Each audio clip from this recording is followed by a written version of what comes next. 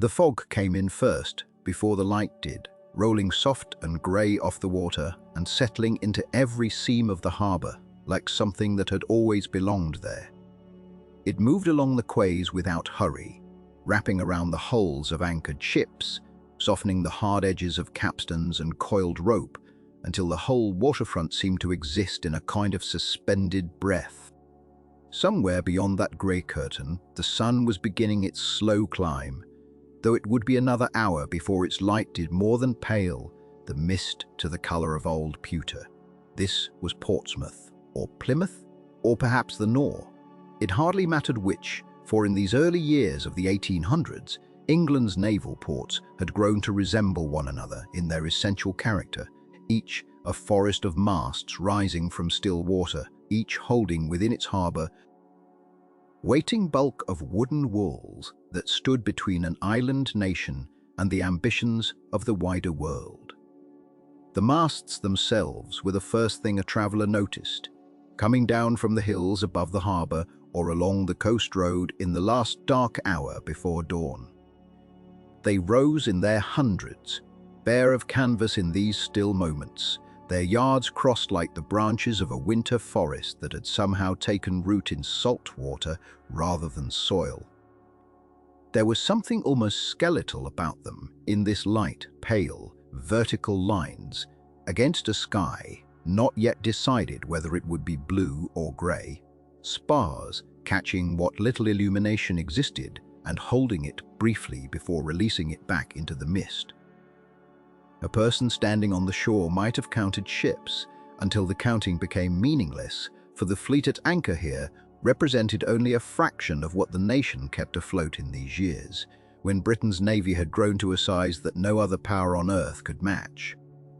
When perhaps 1,000 vessels of one class or another flew the white ensign or waited in ordinary for the call that would return them to active service. This was a navy at the height of its reach, though few who lived within its wooden walls would have described it in such grand terms. To the men who walked these decks, who climbed these rigging lines in weather fair and foul, the fleet was not an abstraction of imperial power, but a daily reality of rope and canvas, of salt beef and ship's biscuit, of watches kept through the darkest hours, and orders followed without always understanding their larger purpose. The scale of the thing was almost impossible to hold in the mind all at once. Thousands of guns, tens of thousands of men, a supply chain that stretched from the naval yards of England to outposts scattered across every ocean where British interests required a presence. And yet, each ship, each crew, each individual sailor experienced this vast machine only through the narrow compass of his own daily existence, the particular creak of his own vessel's timbers, the specific temperament of his own officers, no wider than the space between decks, and no larger than the men who shared his bread and his watches.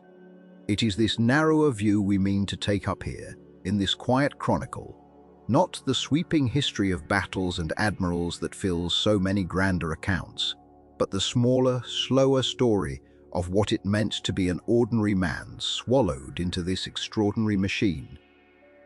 We will not rush toward the thunder of guns, though that thunder will come in its proper time.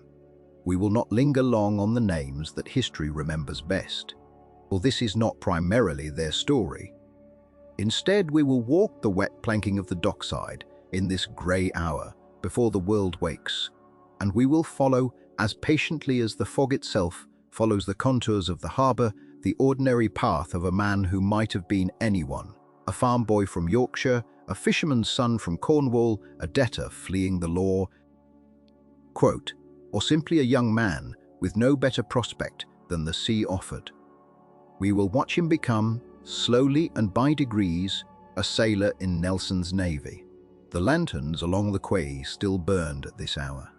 their light falling in soft yellow pools across cobblestones slicked with the night's damp and the harbour's perpetual moisture. These lights would be extinguished soon enough, once the true dawn arrived, but for now they held their small territories against the grey, illuminating the particular textures of a working waterfront in its last quiet moments before the day's business began. Here a coil of tarred rope, thick as a man's arm, lay stacked beside a warehouse door not yet unlocked. There a cart stood, abandoned between deliveries, its wheels still waiting for hands that had not yet arrived to guide it. The cobblestones themselves held the day's first impressions, not yet the countless footprints that would mark them by noon, but only the occasional passage of a night watchman, or a fisherman heading out before the fleet's own boats would crowd the water, or perhaps a press gang returning from some errand best not examined too closely. Their business concluded under cover of darkness. Gulls had already begun their morning conversations, though their numbers were still thin compared to what the full daylight would bring. Their cries carried strangely in the fog, seeming to come from every direction at once, and from no particular direction in especial, echoing off the hulls of the anchored ships and returning transformed, as though the harbor itself had learned to speak in the voice of seabirds. Occasionally, one would drop from some unseen perch atop a mast or rigging line, wheeling low over the water before rising again, its pale form briefly visible against the grey, before dissolving back into the general softness of the morning. These birds had witnessed countless such dawns, had watched fleets arrive and depart, had seen ships built and ships broken, and their indifference to the human dramas playing out beneath them was its own kind of commentary on the scale of things, the vast patience of the natural world set against the frantic, purposeful busyness that would soon transform this quiet harbor into something entirely different, for now, though the quiet held. It was the particular quiet of a working place between shifts, when the machinery of human industry has not yet been set back into motion but stands ready waiting, full of potential energy like a coiled spring. The ships themselves seemed to participate in this stillness, their timbers settled into the small movements of the tide, their rigging creaking occasionally with a sound so soft it might have been mistaken for the wind itself, had there been wind enough to notice. This creaking was the voice of wood and rope adjusting to the water's gentle rise and fall, an ancient sound that had accompanied sailors since men first lashed timber together and trusted their lives to the sea's uncertain temper. In the pre-dawn stillness, this sound carried a particular resonance, as though the ships themselves were murmuring in their sleep, dreaming perhaps of the voyages behind them, or the voyages yet to come. Below decks, in the darkness that even dawn's approach could not yet penetrate, men slept in hammocks slung so close together that a sleeper's exhaled breath might warm the face of his neighbor.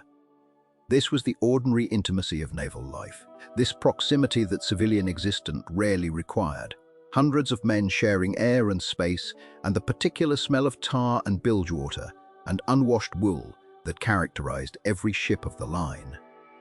Soon enough, the ship's bell would mark the changing of the watch, and the rhythm of naval routine would assert itself once more, pulling men from whatever dreams occupied their brief rest and returning them to the endless cycle of duties that defined their existence. But for this moment, in this particular grey hour, even that machinery held its breath, waiting for the signal that would set it once more into motion. The harbour itself, viewed from the shore in this uncertain light, presented a study in patient waiting.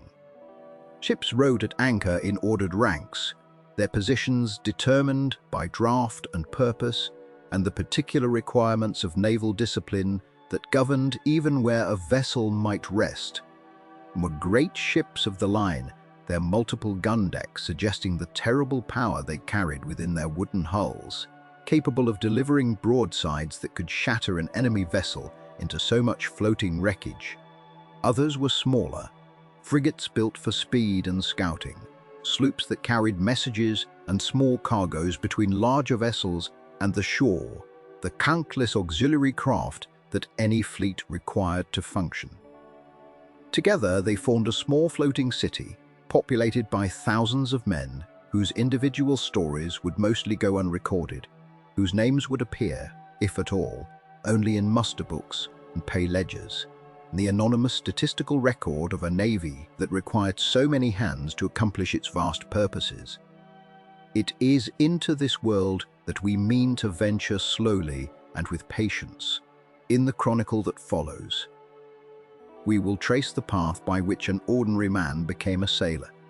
how he was found, how he was trained, how he learned the 1,000 small skills and disciplines that naval life demanded. We will follow him aboard into the wooden world that would become his entire universe for months or years at a stretch, a world with its own laws and rhythms, its own particular sufferings and occasional satisfactions. We will listen to the bells that marked his watches, taste something of the bread and salt beef and grog that sustained his body, understand something of the discipline that shaped his behavior and the punishments that awaited those who transgressed its codes. We will consider the sea itself in its many moods as both adversary and strange companion.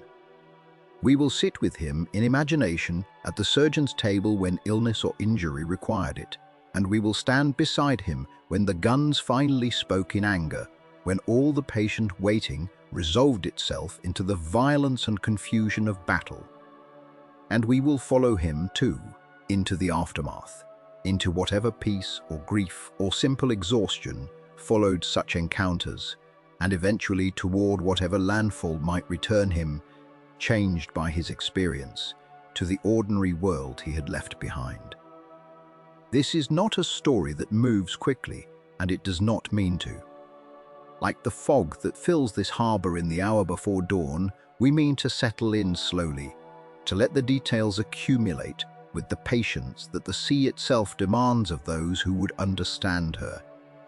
If you have come seeking a chronicle of ordinary lives caught up in extraordinary circumstances of what it meant, in the fullest and most human sense, to serve in Nelson's navy, then perhaps this is a fitting place to begin. Settle in, if you will. The harbor is quiet still. The fog has not yet lifted. There is time enough before the day's work begins to understand something of what waits ahead for the men who will soon stir from their hammocks and take up, once more, the burden of their service. The gulls continue their calling. Somewhere in the mist, a ship's bell sounds once, marking time in a world that has not yet fully wakened. The lanterns still burn along the quay, their light growing gradually less necessary as the sky, ever so slowly, begins to pale toward morning. A man did not simply decide to become a sailor in those years, not in the way a man might decide to take up a trade or apprentice himself to a smith. The sea took what it needed, and it took in many different ways. And the muster book of any given ship, could it speak, would tell 100 different stories of arrival, no two of them quite alike, though many of them shared a common thread of necessity, or hunger, or the simple absence of any other path. Consider first the volunteers, for they existed, and their reasons were as varied as the men themselves. Some came from families that had sent fathers and grandfathers to sea before them, and for these boys, the ocean was less a mystery than an inheritance, a thing spoken of at hearths in villages along the coast, where the smell of tar and the sight of rigging were as familiar as the smell of bread or the sight of church spires.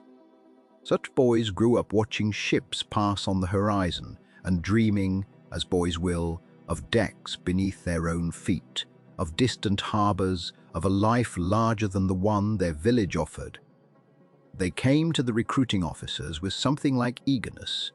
though eagerness tempered always by the quiet warnings of mothers and the harder silences of fathers who knew what waited. Others volunteered from poverty alone, and this was perhaps the larger number, if truth be told. In the towns and cities where work was scarce and wages thin, the king's service offered something that solid ground could not always guarantee.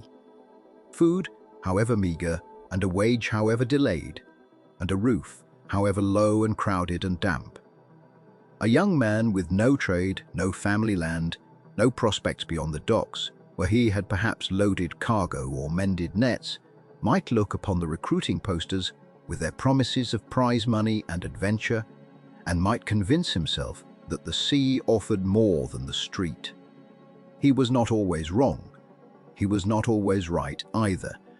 But the choice, such as it was, belonged to him, and he carried it with him aboard, a small thing to hold on to, in the months that followed. Then there were the boys, and it is worth pausing here, for their stories carry a particular weight. Some were sent by families who could not feed them, placed aboard as servants to officers, or as members of the ship's boys, learning the trade of the sea before their voices had properly changed, before their bodies had grown into the labor demanded of them. A boy of 11 or 12 might find himself climbing rigging in a gale, might find himself standing watch in the cold hours before dawn, might find himself, in short, living a life that would break many grown men, and he did this because his family, in some cottage or tenement far from any harbor, had decided that the sea offered him better odds than the poorhouse, or the workhouse, or the slow starvation of a household with too many mouths and too little bread. It is not difficult to imagine the mixture of grief and hope that must have accompanied such decisions made by parents who loved their sons and could see no other way to save them. And then, threading through all of this, there was the press. And here, the story grows darker, though not, perhaps, in the way that later ages have sometimes imagined it. The press gang was a real thing and a feared thing, and it moved through the port towns like a kind of weather, unpredictable in its timing but entirely predictable in its eventual arrival. When the fleet needed men, and the fleet always needed men, for disease and desertion and the ordinary attrition of hard service left gaps that had to be filled, officers were sent ashore with parties of sailors, themselves often pressed men in earlier years, to gather up whatever bodies could be found and made to serve. The taverns were often the first target, for it was there that men gathered in the evenings, sailors between ships, laborers spending what little coin they had, young men of no particular occupation, drinking away an idle afternoon. A press gang might enter such a place without warning, and the room would fall into a particular kind of silence, a held breath, as men calculated their chances of slipping out a back door or through a window, or resigned themselves to the inevitable.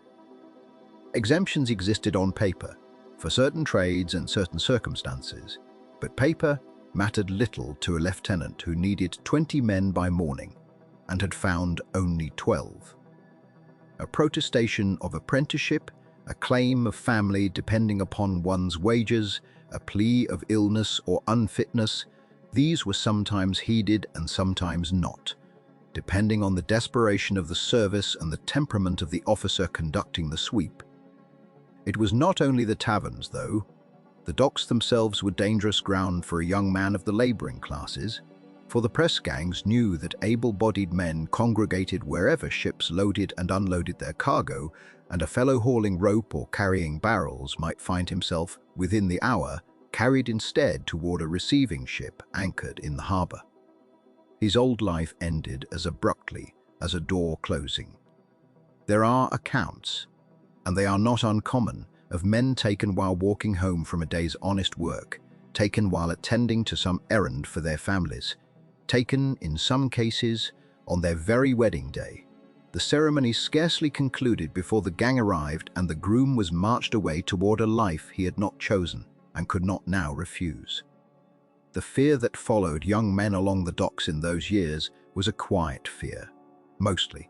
not the fear of immediate violence, though violence sometimes came, but the fear of sudden and irrevocable change, the fear of a hand upon one's shoulder that would alter in an instant the entire course of one's life. A young man walking near the water after dark might quicken his pace without quite admitting to himself why, might choose a longer route home to avoid a particular street where a press gang had been seen, might carry always some small document of exemption folded carefully in a pocket, though he knew, as all men knew,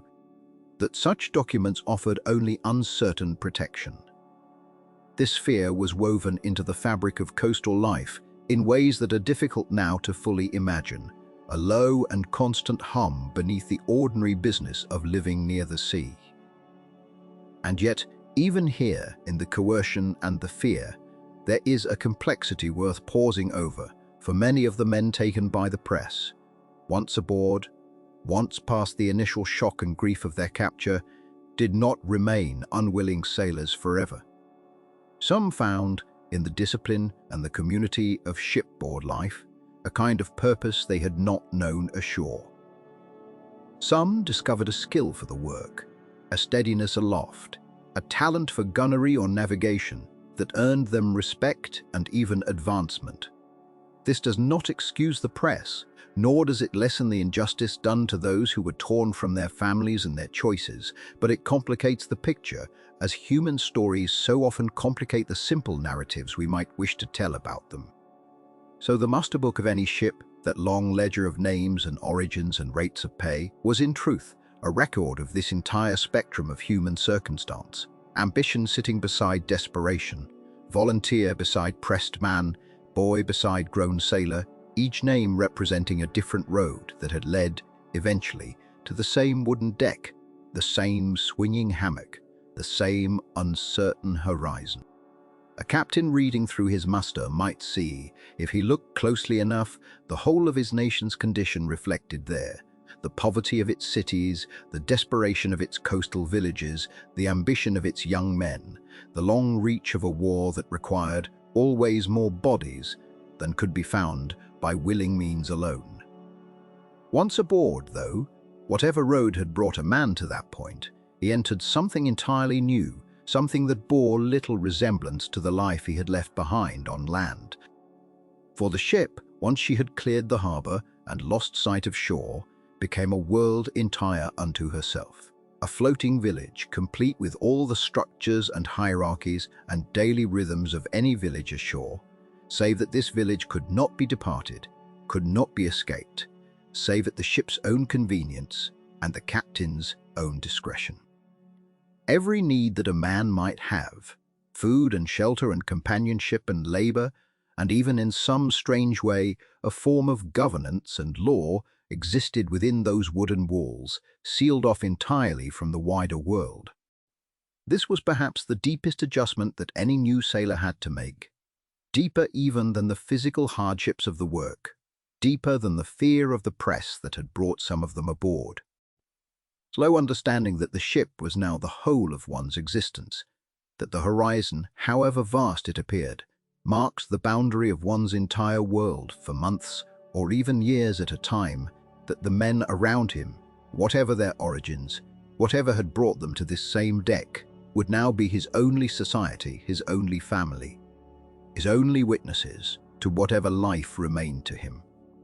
The village ashore, with its familiar lanes and faces, its church bells and market days, receded behind him with the coastline itself, growing smaller and smaller until it vanished entirely beneath the curve of the sea, leaving him alone with several hundred other souls in a wooden world that answered to its own laws, its own rhythms, its own long and patient discipline. It is to that discipline,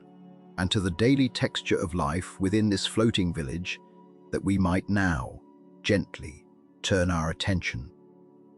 The boat that carried him out to the ship was small and low in the water, crowded with sea chests and canvas bags and men who did not speak. And, as it drew nearer to the great vessel riding at anchor, the recruit found himself craning his neck upward at a wall of timber and rigging that seemed to rise without end, blotting out the grey morning sky. Up close, a ship of the line was less a vessel than a floating fortress, its sides thick with oak grown dark and swollen from years of salt water, its masts rising higher than any structure he had seen ashore, higher than the church tower in his village, higher than anything he had imagined a thing built by human hands could rise. The smell reached him before he had even climbed the side. Tar and hemp and brine, the sourness of bilge water, the faint sweetness of rot beneath it all. A smell that would come, in time, to mean simply asterisk, ship, asterisk, to him, a smell he would carry in his memory long after he had left the sea behind. Waking sometimes in an ordinary bed, in an ordinary house, decades later, with that smell somehow present in the room, summoned by nothing he could name. He climbed the battens on the ship's side, with his heart beating hard against his ribs, gripping the man-ropes with hands that had not yet hardened into the leather they would become. And when he swung his legs over the gunwale and dropped down onto the deck, he found himself in a world utterly unlike anything the shore had prepared him for. The deck stretched away from him in both directions, longer than any room he had stood in, crowded with coiled rope and stacked shot, and men moving with a purpose he could not yet read, calling to one another in a language thick with terms he did not know, futtock and cathead, orlop and forecastle, larboard and starboard, words that would take him weeks to untangle and months to use without thinking. Overhead, the rigging rose in a vast dark lattice against the sky, lines running in every direction, seemingly without order to his untrained eye, though he would learn, eventually, that every rope had its purpose and its name, that nothing aboard a ship of this kind was arbitrary, that the entire structure was a machine of extraordinary complexity, built and maintained by men who had spent years learning to read it. The noise struck him almost as forcefully as the smell, the creak and groan of the ship's frame working against the sea, the slap of water against the hull, the cry of gulls overhead, the shouted orders of the officers, the tramp of bare feet on planking, the distant lowing of livestock penned somewhere forward. The clatter of a work party hauling something heavy across the deck. It was a noise that never fully stopped. He would learn, not even in the deepest part of the night, for a ship at sea was always working, always groaning and shifting and complaining against the water that bore it up, and a man learned to sleep through this ceaseless commotion, or he did not sleep at all. A petty officer took charge of him and the other new hands, herding them toward a hatchway near the ship's waist, and it was here that the recruit had his first descent into the world below decks, a world that would become, in truth, more familiar to him than the open air above. For it was below that he would eat and sleep and mess with his fellows for the whole of the commission ahead. The light changed first, the grey daylight of the upper deck giving way, as he climbed down the ladder, to a dimness lit only by a few lanterns swinging gently on their hooks, throwing shadows that moved with the ship's motion. The air changed too, growing closer and warmer, thick with the smell of tar and unwashed bodies and the lingering staleness of the bilge below, a smell that would take him days to stop noticing and that visitors from shore, he was told, could never quite get used to at all. The ship of the line on which he found himself rated was a floating world of several distinct levels, each with its own character and purpose, and he began, over the following days, to learn their names and their functions, as a child learns the rooms of a new house. Highest among the gun decks was the upper deck, open to sky and weather, where the ship was worked and sailed, where the officers walked their quarter-deck with an authority that seemed to the recruit almost supernatural, and where, in time of battle, the great guns of the upper tier would speak. Below this lay the main gun deck, dim even by day, lined on either side with the massive black shapes of cannon lashed fast against their ports, each gun attended by its own crew, each crew occupying in ordinary times the very space around the gun as their living quarters, for a warship wasted no space, and the men who would serve a gun in battle ate and slept beside it in peace, so that the weapon of war and the humble business of daily living existed aboard ship in the same few square feet of planking. Below the main gun deck lay another tier of guns, and below that, deeper still, the orlop deck, a space entirely without natural light, where the ship's stores were kept, where the cable tiers held the great anchor ropes coiled in vast serpentine loops, and where in time of battle the surgeon would set up his table to receive the wounded. A fact the recruit did not yet know, but would learn soon enough to dread. Deeper still lay the hold, the ship's very bottom, filled with the casks of water and salt provisions, and shot and powder that would sustain the vessel and her company for months at a time, ballasted low to keep her steady against the sea's constant pressure.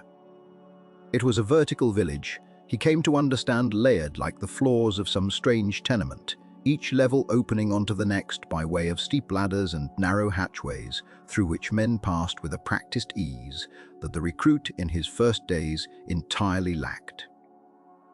Banging his head and barking his shins against beams that seemed to appear from nowhere in the gloom.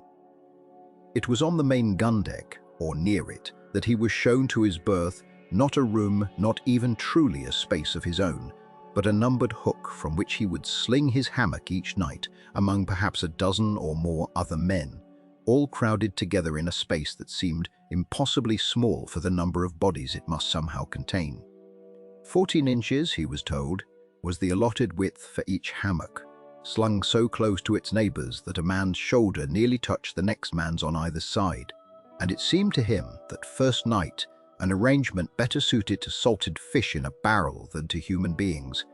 though he would come, in time, to find a strange comfort in the closeness, in the warmth of so many bodies packed together against the damp chill that rose from below the waterline, in the gentle sway that rocked him, eventually, into a sleep deeper than any he had known ashore. Among the figures who moved through this wooden world, certain ones stood out to him from the first day, even before he learned their names or understood their functions.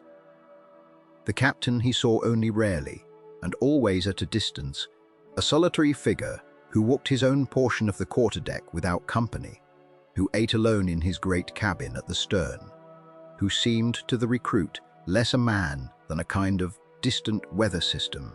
whose moods, communicated through his lieutenants, could darken or brighten the atmosphere of the entire ship without his ever speaking a direct word to an ordinary seaman. This distance was not accident, but design, a deliberate separation maintained so that the captain's authority might remain absolute, untouched by the familiarity that could erode a lesser man's command. And the recruit understood, without being told in so many words, that he would likely serve the whole of his commission without ever exchanging a single sentence with the man whose word governed his fate entirely. Below the captain stood the lieutenants, younger men, often not much older than the recruit himself, who moved among the crew with a mixture of authority and youthful uncertainty that he found in some strange way more approachable than the captain's remote majesty. It was the lieutenants who relayed the day's orders, who stood watch through the long night hours, who would in time lead boarding parties and gun crews into whatever violence the voyage held in store. And beneath even the lieutenants, ruling the daily rhythm of shipboard life with an authority all his own, was the boatswain, whose silver whistle, the call, as it was known among the hands, could summon the entire crew to 100 different tasks with 100 different trilling patterns, each one memorized by ear long before a man could have named the task it summoned. All hands, up hammocks, away boats. The whistle's call, sharp and piercing even through the general noise of the ship, became, within his first week aboard, the true governing voice of his days, more immediate and more constantly present than any spoken order. A sound that would wake him from the soundest sleep and send him stumbling toward his station before he was even fully conscious of having heard it. That first night, swinging in his hammock among strangers whose names he did not yet know, the recruit lay awake for a long while listening to the ship's strange symphony of creaks and groans, feeling the gentle rise and fall of the swell beneath him, the cold seeping faintly upward from the bilge below, the warmth of the man sleeping close beside him. Above him, through the deck planking, he could hear the tread of the watch on duty, the occasional call between one lookout and another, the distant slap of water against the hull that never, not for one moment of the whole night, entirely ceased.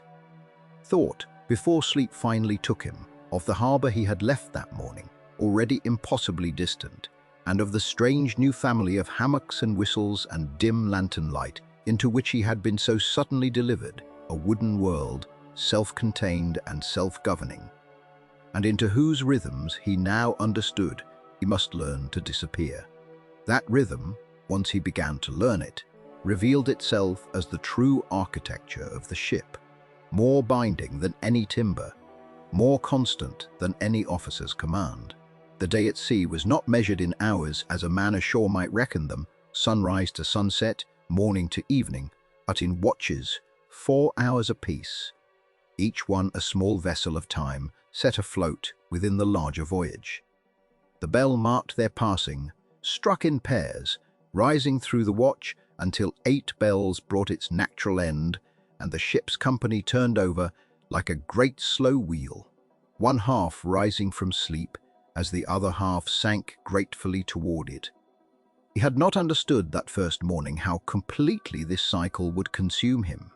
how thoroughly it would replace the ordinary sense of day and night he had carried from his life ashore.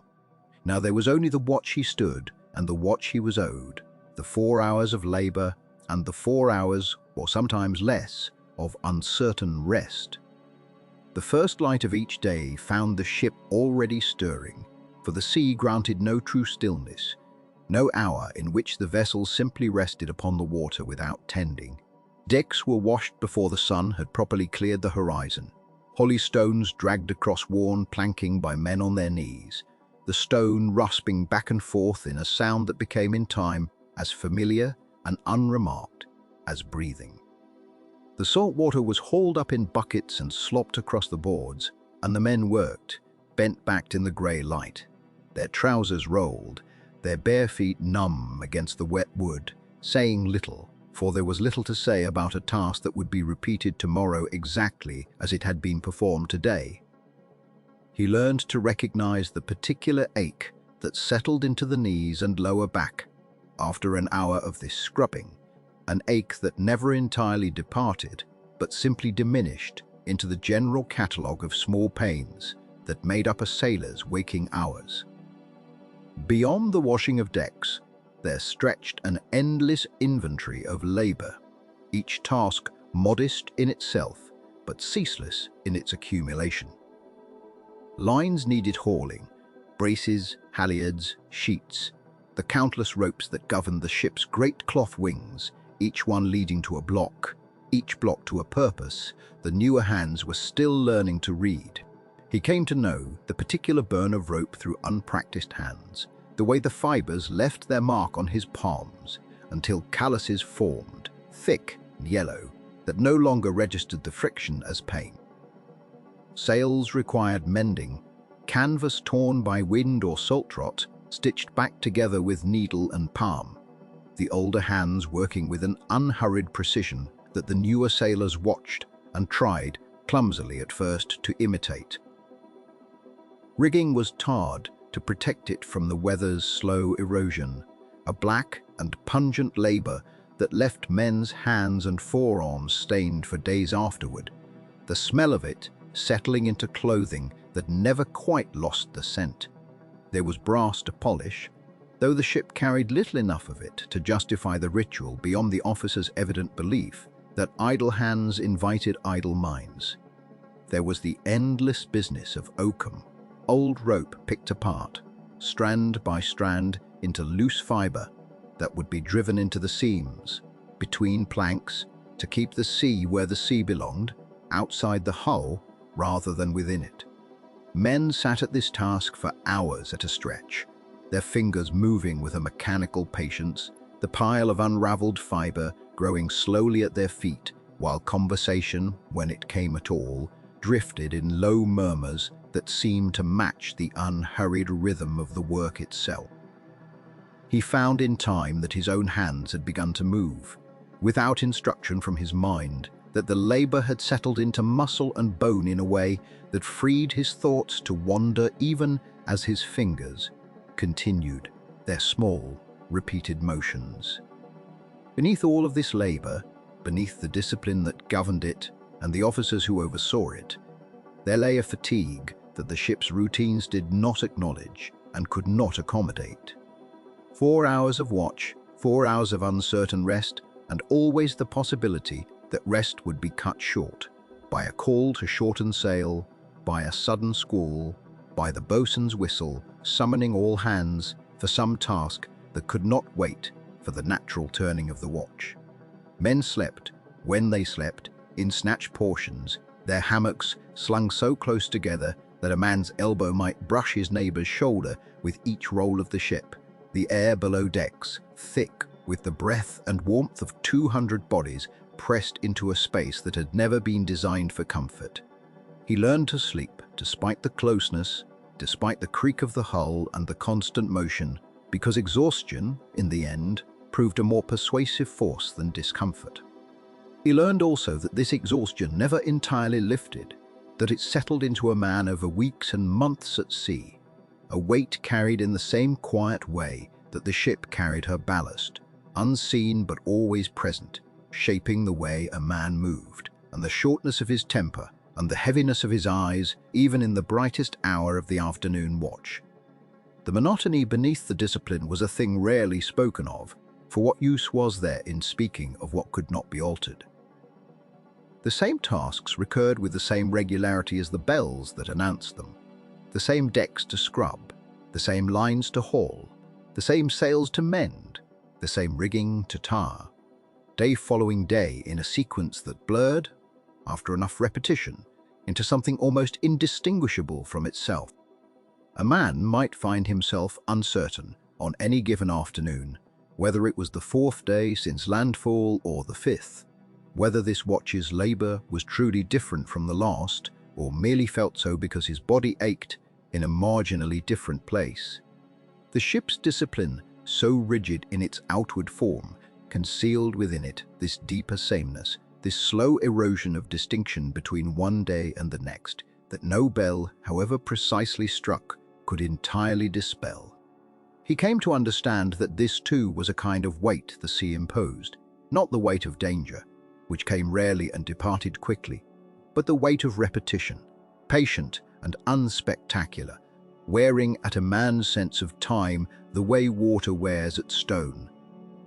And yet within this monotony, within the ceaseless small labors and the exhaustion that never fully lifted,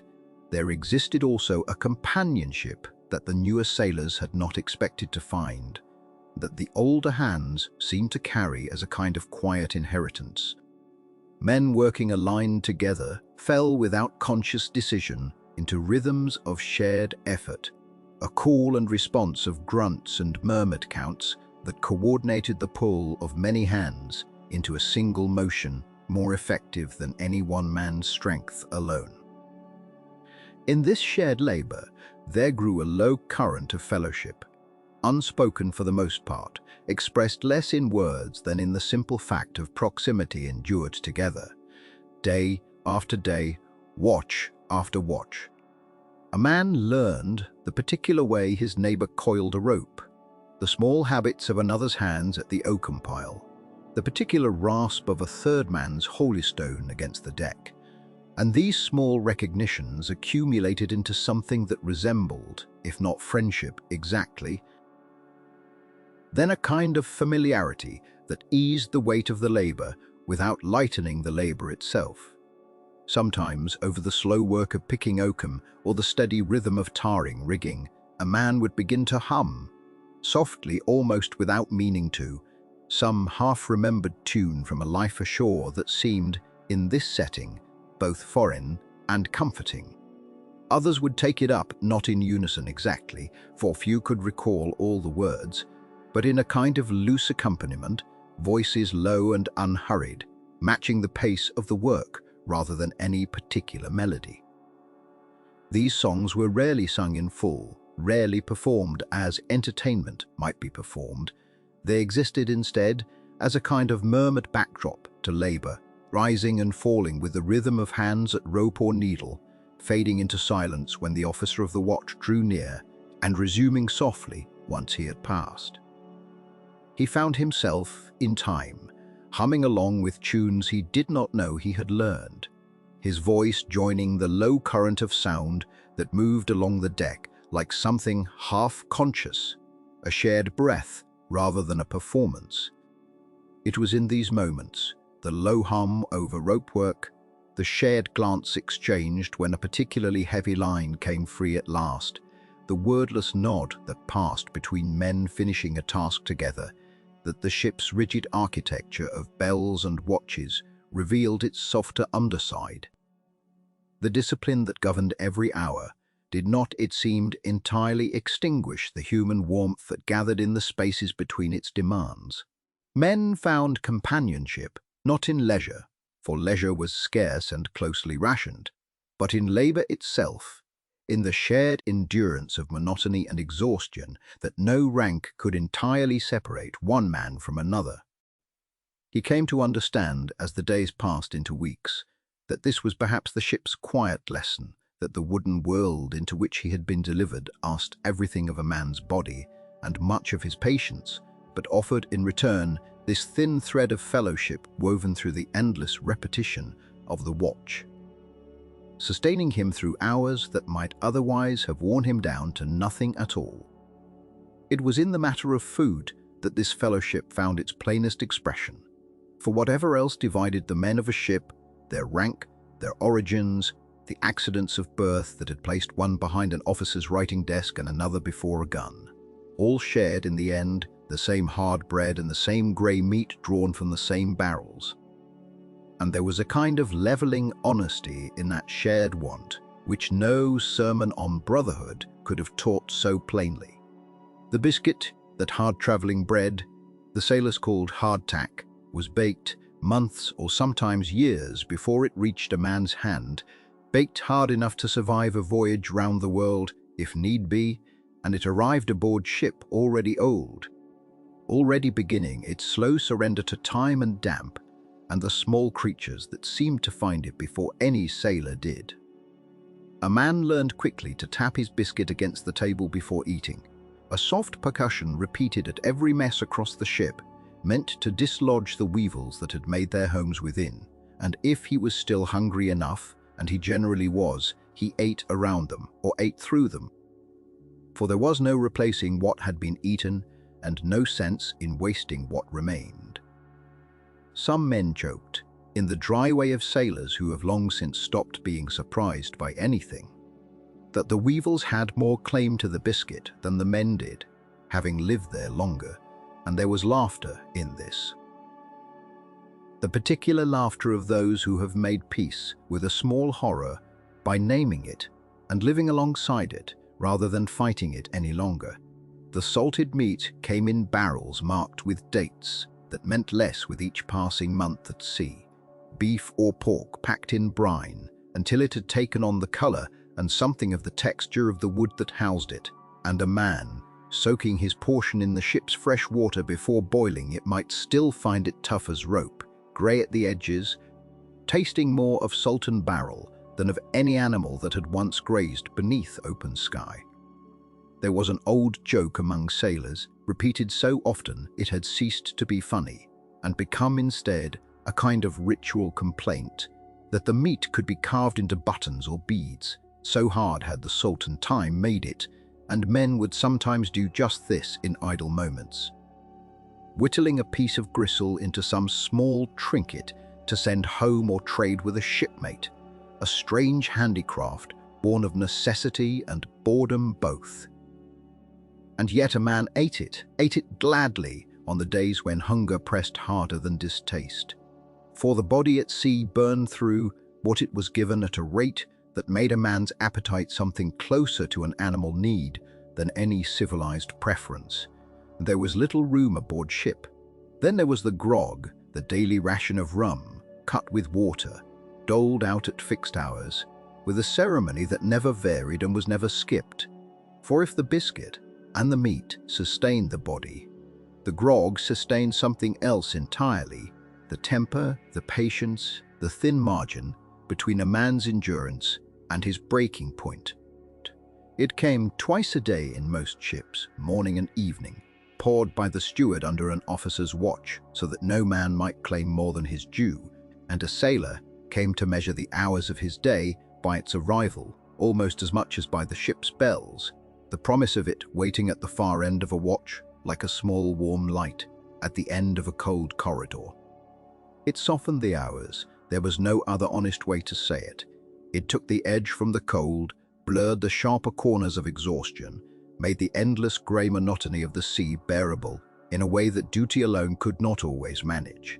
And if a man drank it too eagerly, too often, and paid for it later, in dullness of hand and mind. This was a private reckoning each sailor made for himself, weighed against the plain fact that the ration was one of the few things aboard ship that belonged wholly to him, that no rule of the King's Navy could take back once it was poured. The galley itself sat low in the ship's belly,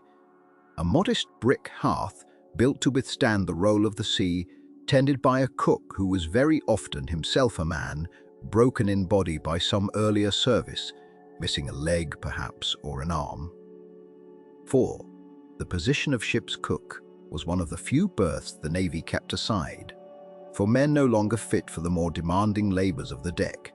and there was a quiet mercy in this arrangement that went largely unremarked upon, a recognition, however unspoken, that a man who had given something of himself to the service might still find a place aboard, still find use, still find a way to be needed.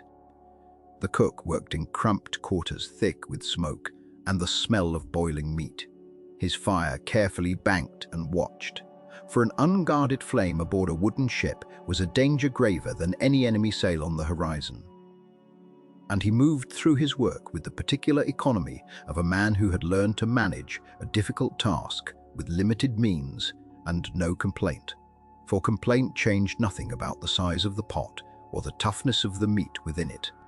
And when the meal came at last, ladled into the wooden kids the mess groups shared, there was, despite everything, despite the salt and the toughness and the weevils that no diligence could entirely banish, a genuine and simple comfort in it,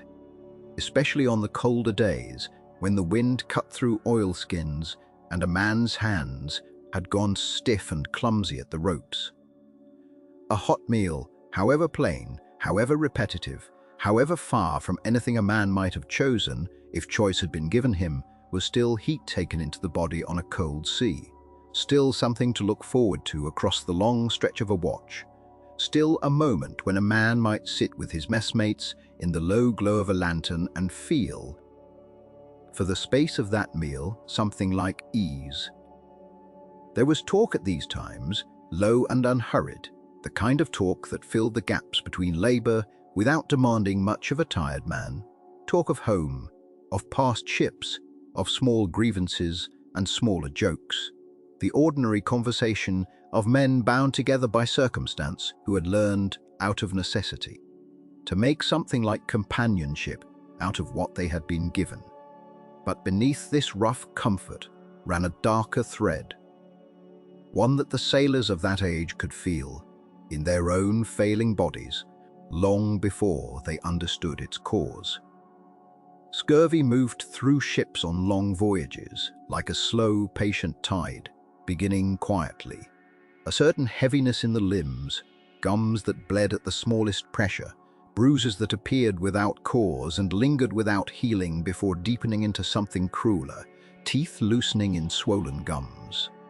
Old wounds reopening, as though the body itself were unraveling backward through its own history of injuries. Men grew listless, their strength draining away by degrees so gradual that it was sometimes mistaken for ordinary fatigue until it had progressed too far to easily correct, and there were ships, in the earlier days of long ocean crossings, that lost more hands to this slow wasting than to any storm or any enemy engagement. The cause was not yet understood in any settled way for much of this era. Theories were proposed and discarded, remedies tried and found wanting, and it would take the patient observations of men like Lind, testing his careful comparisons of oranges and lemons against vinegar and seawater, to begin drawing out the truth that had eluded so many for so long, that something in fresh fruit, some property not yet named, held the answer that salted meat and hard biscuit could never provide.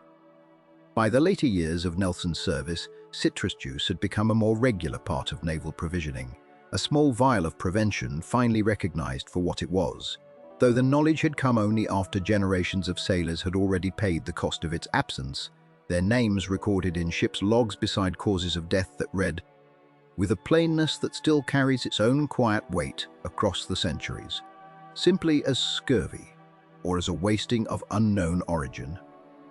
And so a man came to understand, if he served long enough, that the food he ate, however plain, however maligned in the grumbling talk of the mess deck, was not merely fuel for labor, but something closer to the ship's own quiet form of care, imperfect and incomplete as that care so often was. A full ration, however coarse, meant a crew with strength enough to work the sails through a long night, a diminished one through shortage or spoilage, or the simple bad luck of a delayed resupply, meant tempers grown thin and bodies grown slow, and there was no captain, however skilled in matters of strategy or seamanship, who could entirely compensate for a hungry crew's fading will. It was food, more than any flag or any promise of prize money, that shaped the daily temper of a ship's company. The arrival of fresh bread after weeks of hardtack could lift a crew's spirits more surely than news of victory elsewhere, and the sudden scarcity of grog, whatever its cause, could sour 100 men's tempers faster than any hardship of weather. Glory, when it came rarely and briefly, a single sharp hour amid months of grey monotony. But bread came daily, or was meant to, and grog came twice each day without fail, and it was this steady, humble rhythm, bread, salt, and grog, moth, poured, and portioned and endured together, that held a crew's spirit together far more reliably than any distant promise of honor ever could, a lesson the ship's authorities came, slowly and imperfectly, to understand, long before the language of nutrition had caught up to what the sailors' own failing bodies had already been trying, patiently, to tell them a ship, for all her rigging and her guns, was in the end a small wooden village afloat on an indifferent sea, and like any village, she required an order that held her together when the wind did not. Yet that order was hierarchy, and it ran through every plank and rope of her, from the captain in his stern cabin down to the ship's boys who slept wherever a hammock might be slung.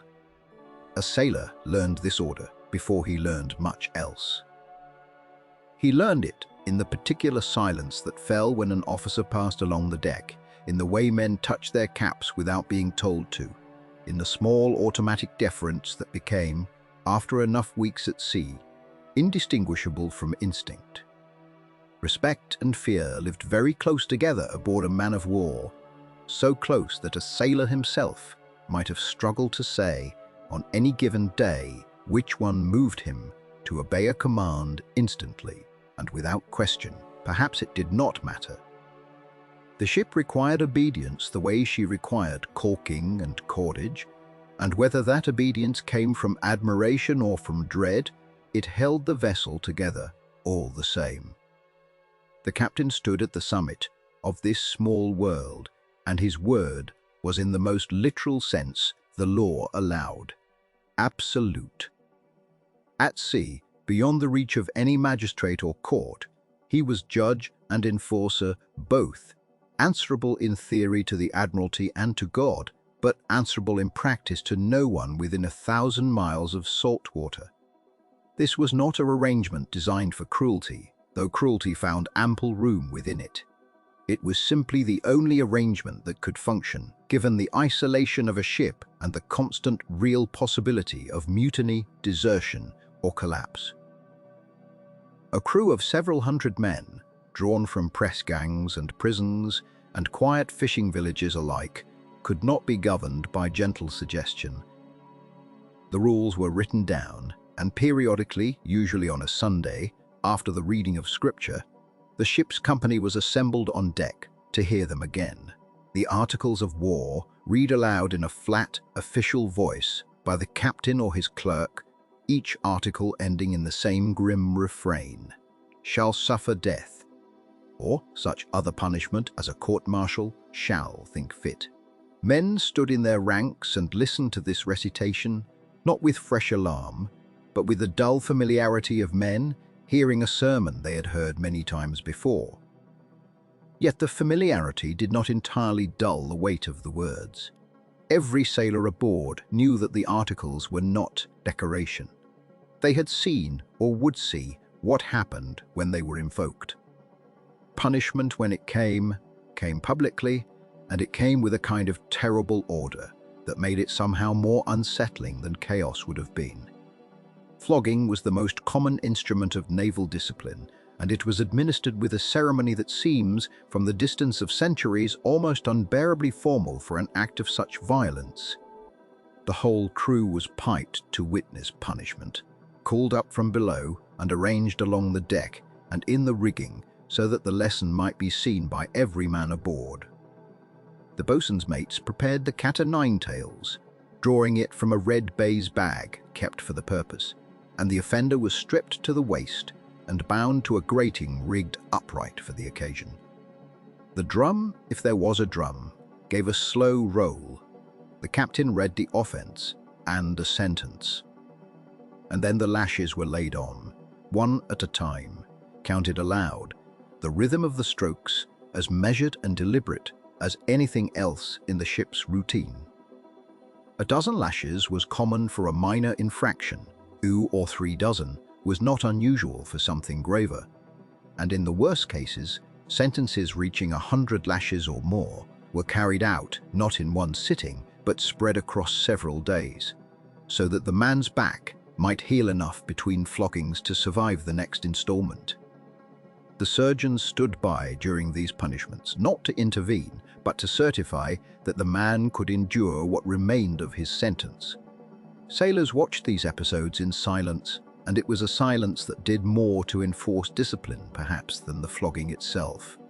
The sight of a shipmate's back opened to the bone, the smell of it, the low grunt or held breath of a man determined not to cry out before his own crew.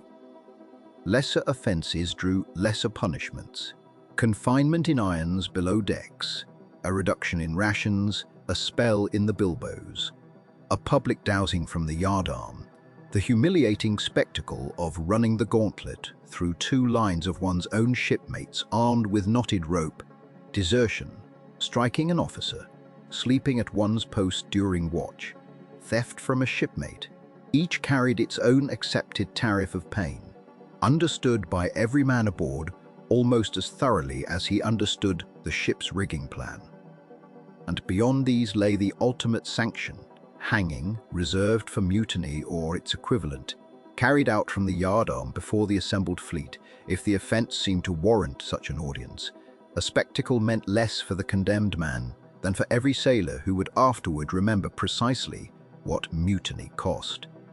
Yet it would be a mistake, and an ungenerous one, to think of naval discipline as nothing but the cat and the noose. The system produced cruelty in abundance, but it did not produce cruelty uniformly, and the difference between a well-run ship and a wretched one often came down to nothing more than the character of the man who commanded her. Some captains ruled by terror alone, flogging liberally for offences that other commanders would have dismissed with a reprimand, treating their crews as a resource to be exhausted rather than men to be led.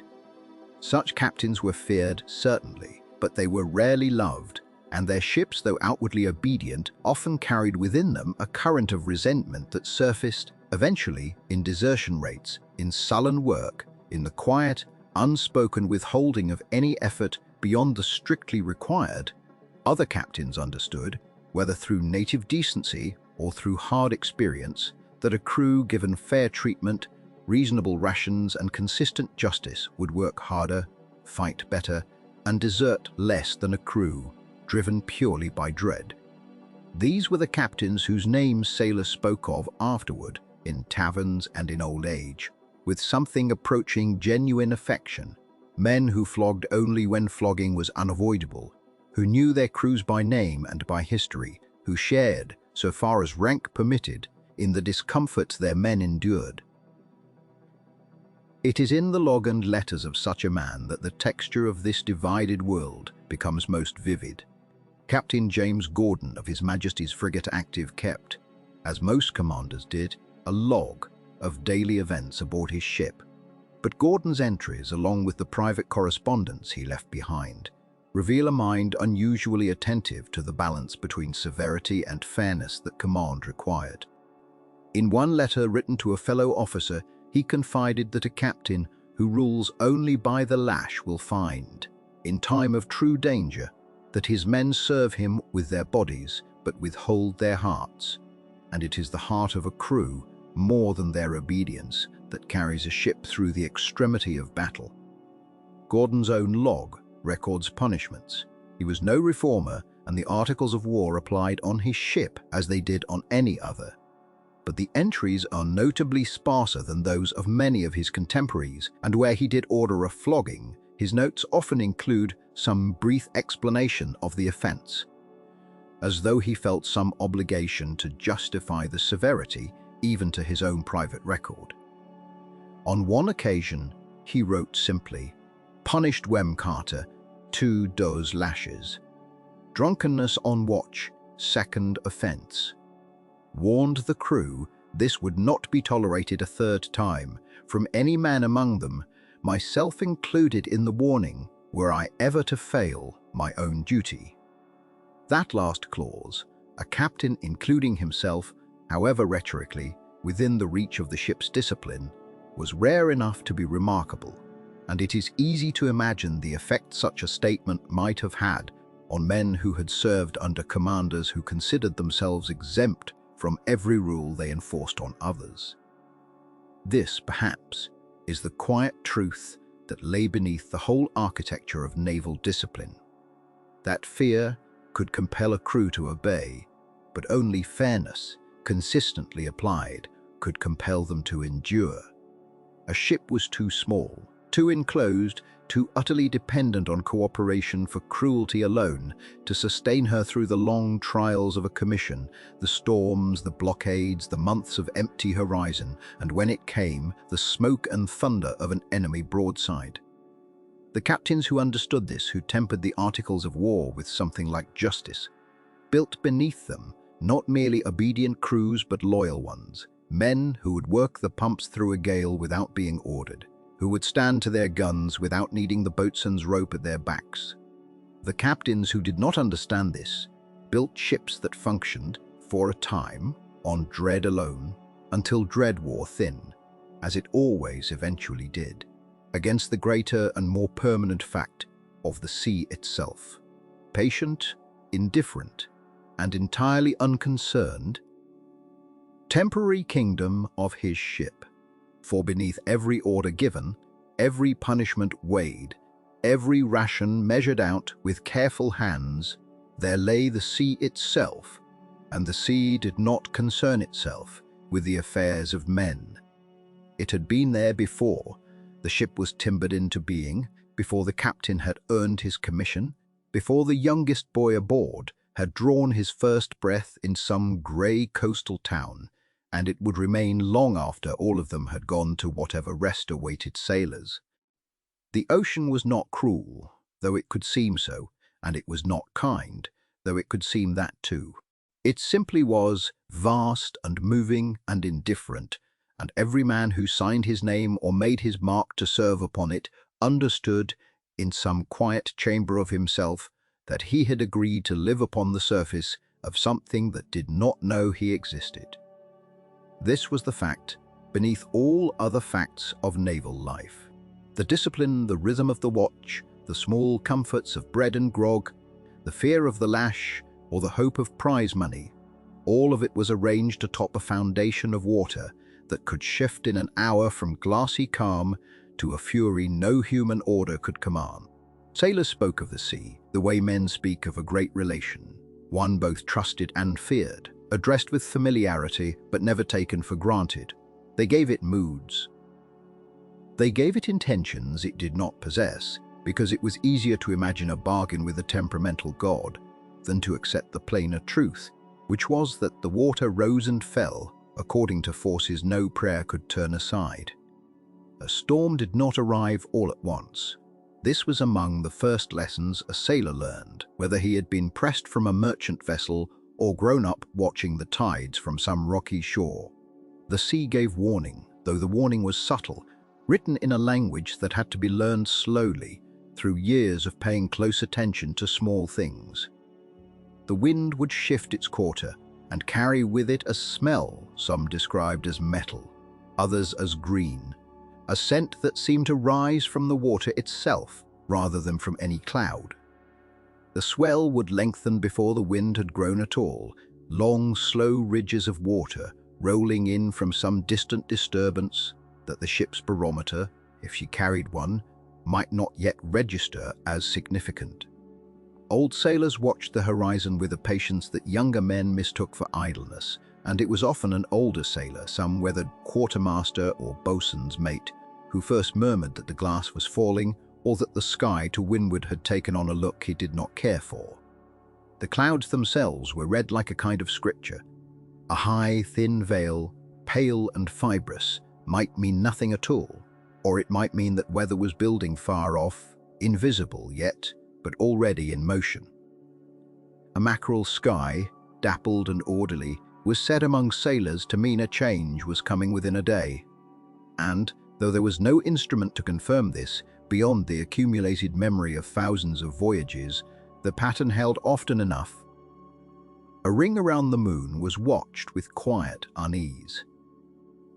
The color of the sunset was noted and discussed in low voices at the change of the watch, a red sky at evening taken as a hopeful sign, a red sky at morning regarded with suspicion.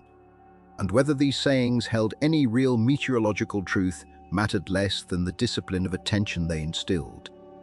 A sailor who watched the sky and sea as carefully as scripture was a sailor less likely to be caught unprepared. The ship herself gave warnings too, if a man knew how to listen.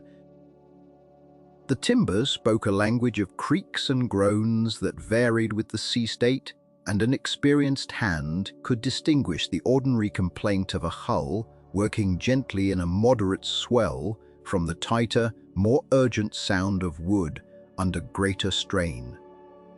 The rigging hummed differently as the wind increased, each rope and stay finding its own particular note, until the whole apparatus of masts and cordage became a kind of instrument playing a steadily rising and more ominous tune. Men who had spent years aboard could often tell, with eyes closed, roughly how hard the wind was blowing and from which direction, simply by attending to the voice of the ship around them. Sex, the B-tection. When the signs accumulated past a certain point, the order would come to shorten sail, and this was done not in panic, but with the practiced calm that came from having performed the maneuver 100 times before, under 100 different skies. The captain, standing near the wheel or pacing the quarterdeck with his hands clasped behind him, would give his orders in the same measured tone he used for ordinary sailing, because a captain who allowed his voice to rise with the wind taught his men to fear him more than they feared the sea, and fear directed at the wrong object served no one. The best captains understood that calm was itself a kind of seamanship, that the crew took its emotional temperature from the quarterdeck, and that an even voice giving clear orders could steady 200 men against a darkening sky more effectively than any speech about courage. The topmen went aloft as the wind rose out along yards that swayed with increasing violence, their bare feet finding the footropes by memory as much as sight, their hands working canvas that fought against them like something alive. This work did not stop because the weather worsened. If anything, it became more urgent, for a ship caught with too much sail in a rising gale could be dismasted, or worse, driven onto a lee shore where no seamanship could save her. The men aloft did not have the luxury of terror, or rather they set their terror aside as a matter of professional necessity, focusing instead on the coarse texture of wet canvas beneath their palms, the particular knot required, the exact sequence of movements that would bring the sail under control before the wind tore it, or them, away. Below, the ship's motion changed character entirely as the storm built. What had been a gentle roll became a violent pitching and rolling combined, the deck tilting first one direction and then another in patterns that seemed almost designed to defeat a man's sense of balance. Loose items not properly secured became small missiles, sliding and crashing with each surge. Water began to find its way below through hatches and seams that had been dry for weeks, and the pumps, which in calm weather might be worked for only an hour or two each day as routine maintenance, now demanded constant attention, watch after watch, men taking their turns at the handles until their arms burned and their hands blistered. Working not from fear of punishment, but from the plainer understanding that a ship allowed to fill with water was a ship that would eventually stop floating. The sound of a storm at full strength was described by those who survived, many of them, as something that filled the entire world, leaving no space for any other sensation. The wind screamed through what rigging remained, a sound with no clear source, seeming to come from everywhere at once. The waves themselves produced a deep percussive violence as they struck the hull, sometimes breaking clean over the deck and sending solid water rushing along the planking with enough force to sweep a man from his feet if he had not lashed himself to something solid. Thunder, when it came, seemed almost an afterthought against the more immediate violence of wind and water, though the lightning that accompanied it briefly illuminated a scene that most men were, in that moment, glad not to see too clearly. And yet, remarkably, the crew's practiced calm persisted even here. Men shouted orders and acknowledgements to be heard over the wind, but the content of what they shouted remained procedural, technical, the same words used in 100 previous storms. There was little room aboard a fighting ship for displays of terror, not because sailors did not feel fear, but because the tasks required of them left no time to indulge it. A man hauling on a line in a gale thought about the line, about his footing, about the man beside him whose safety depended partly on his own steadiness. Fear, when it came, arrived later, in quieter moments, remembered rather than experienced, turned over in a hammock during some calmer watch weeks afterward.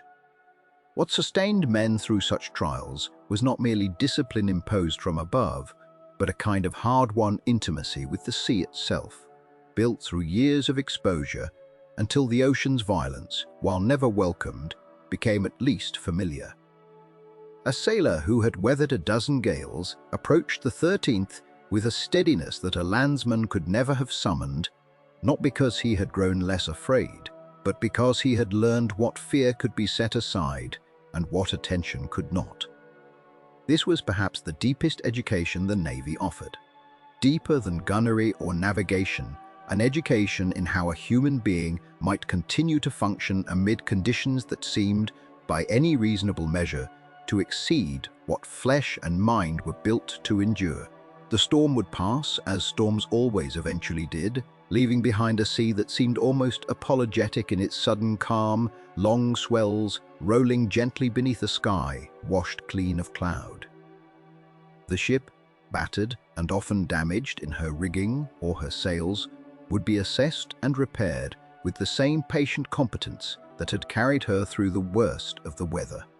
And the sailors, exhausted, would return to the ordinary rhythms of watch and duty. The sea once more a companion rather than an antagonist, though every man aboard understood, in the quiet way that sailors understood most things about their trade, that this peace was temporary, that the water beneath them remained exactly as indifferent as it had been during the worst hour of the gale, waiting without malice or intention for whatever weather might come next. Below the waterline, past the orlop, where the cables coiled like sleeping serpents and the air hung thick with bilge water and tar, there was a space no larger than a modest cabin where a different kind of battle was fought, quietly and without glory, almost every day that the ship remained at sea. The surgeon's berth, as it was called, occupied one of the darkest and most cramped quarters of the vessel, chosen not for convenience but for safety, tucked below the waterline where enemy shot could not easily reach it, where the wounded might be carried during battle without passing through the chaos above. It was lit by lanterns that swung with the roll of the ship, casting shadows that moved independent of the men who cast them, and it smelled of vinegar and blood and the tallow used to seal wounds, a smell that never fully left the space no matter how often it was scrubbed. The surgeon who worked in this space was in the era of Nelson's navy, a figure of uncertain standing, respected for his knowledge, distrusted for the crudeness of his methods, essential to every soul aboard, and yet paid little more than a common seaman for his trouble.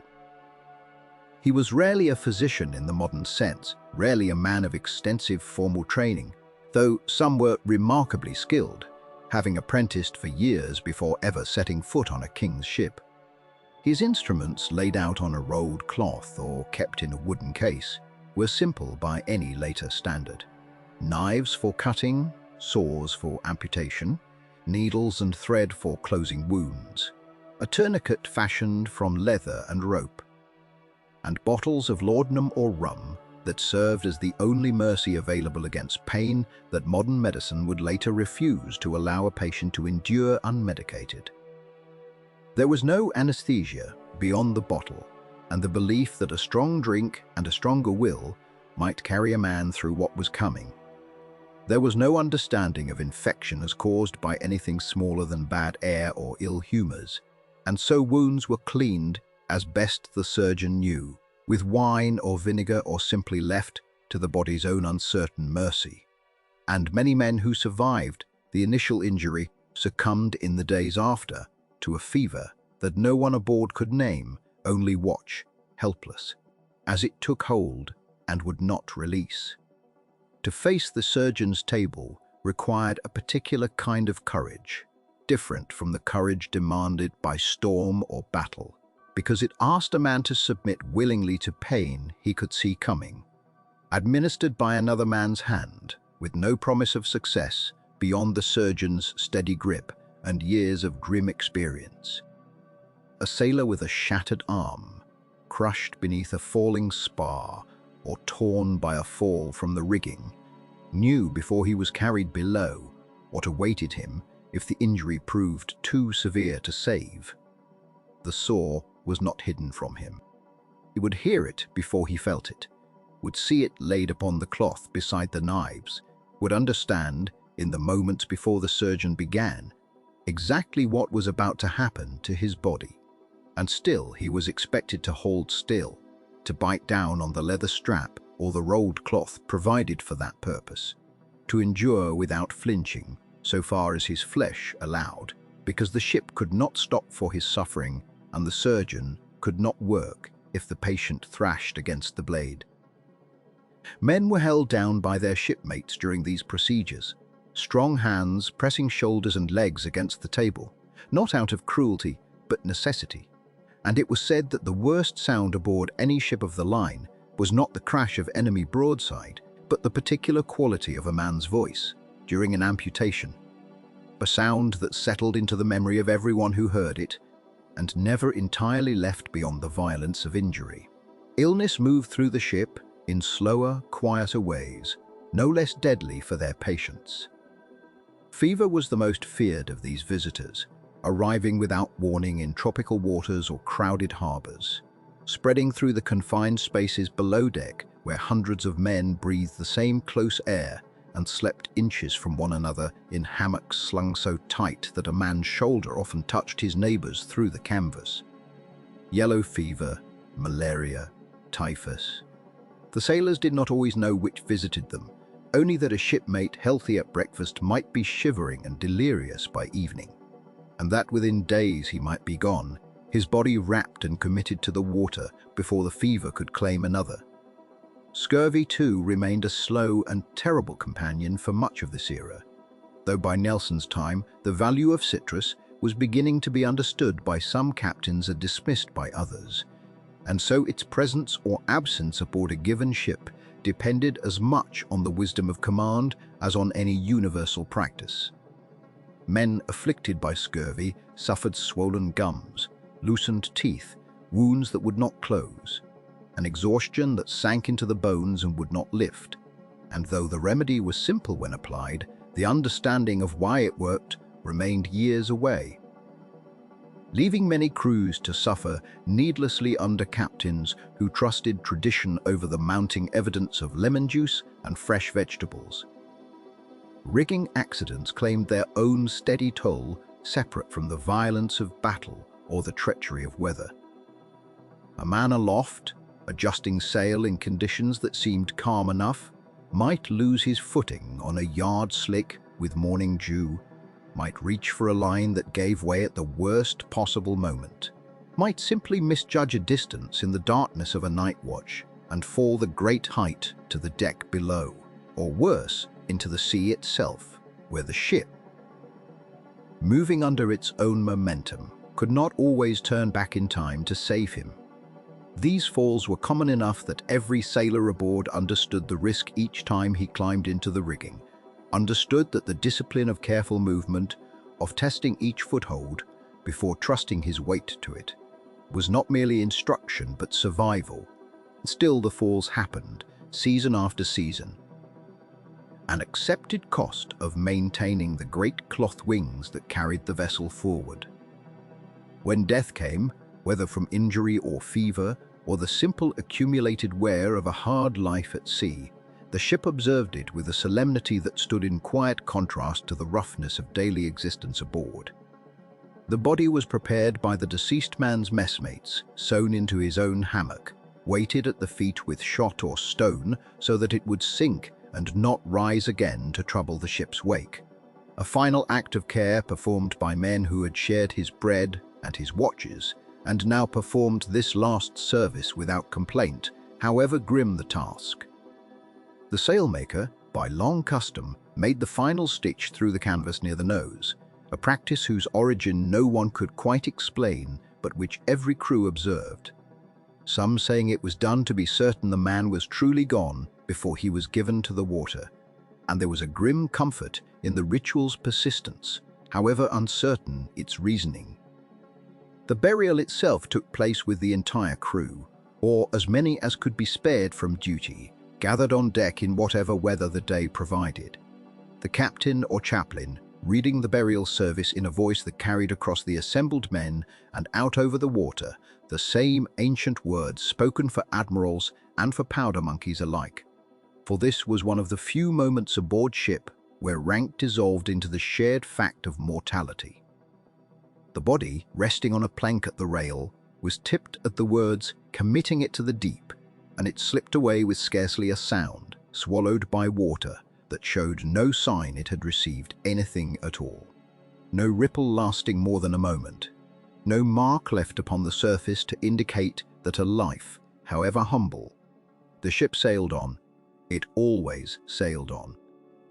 There was no harbor to pause in, no church bell to toll the hour of loss, only the wind filling the sails as it had before, and the watch changing at its appointed time, and the sea closing over what it had been given without comment or ceremony beyond what the living had already offered. Among the surviving records of this era, the logs kept by ship surgeons offer a particular kind of testimony, sparse and factual on their surface, yet carrying, beneath the clinical language, the weight of what these men witness daily. One such log, kept aboard a ship of the line during the years of blockade duty off the French coast, records in careful hand the treatment of a topman who fell from the mizzen-top during a night exercise, noting the nature of the injury, the procedure undertaken, the quantity of spirits administered. A single line noting that the patient had died in the night, the fever having taken hold despite every effort. There is no embellishment in these entries, no indulgence in grief or frustration, only the steady record of a man doing his work as best his knowledge allowed, documenting outcomes both fortunate and otherwise with the same even hand, because the log was official record and not confession, and yet reading it now, across the distance of centuries, One senses in its very restraint the depth of what it does not say. The hours spent at that narrow table, the sounds that filled that cramped berth below the waterline, the quiet courage required simply to continue the work each time a new patient was carried down the ladder. And that the surgeon's task was not to guarantee survival, but only to offer whatever skill and mercy the age allowed, and then to record the result plainly and turn to whatever came next. There was, in the hours before an engagement, a particular quality to the silence aboard a ship of the line, not the silence of emptiness, for the vessel had never held more purposeful movement, but the silence of men who had stopped speaking because speech had become unnecessary, because every hand aboard had rehearsed this sequence so many times in drill that the body now moved ahead of the mind, and the mind was left only to watch and to wait, and to notice small things with unusual clarity. The color of the light on the water that morning, the particular creak of a familiar timber. Seen perhaps for the first time, truly seen, though you had shared a mess with him for 2 years. The drums beat to quarters, and the sound of them traveled through the wooden hull in a way that could not be mistaken for anything else, a rapid, insistent rhythm that reached every deck and every man, whether he was asleep in a hammock or elbow-deep in the galley or high aloft trimming a sail. And at that sound, the ship seemed to change its nature entirely, transforming in a matter of minutes from a floating village, with its routines of mending and cooking and idle talk, into an instrument built for a single purpose. Hammocks were struck and carried to the rails, where they were stowed tightly as a form of makeshift armor against splinters and shot. The partitions that had divided the wardroom and the officers' cabins, the thin wooden walls that gave the illusion of privacy in a vessel where privacy was already scarce, were unshipped and stowed below, so that the gun deck ran the length of the ship unbroken, a single long chamber given over entirely to the guns. Furniture that had no place in battle was struck down into the hold. The captain's own table, his chairs, his modest comforts, vanished into storage as readily as anything belonging to the lowest hand, for the ship in battle recognized no rank in its geometry. Every deck became gun deck, every space became a place of work. The gun crews took their positions with the particular calm of men who had done this before, in drill if not in earnest, and the ritual of preparation unfolded with a discipline that might have looked, to an untrained eye, almost peaceful. The sponges wetted, the rammers laid ready. The powder cartridges brought up from the magazine below the waterline by the boys who served that duty, boys of 10 or 11 or 12, small enough to move quickly through the ship's narrow passages, entrusted with carrying the ship's most volatile cargo in wooden boxes lined with leather.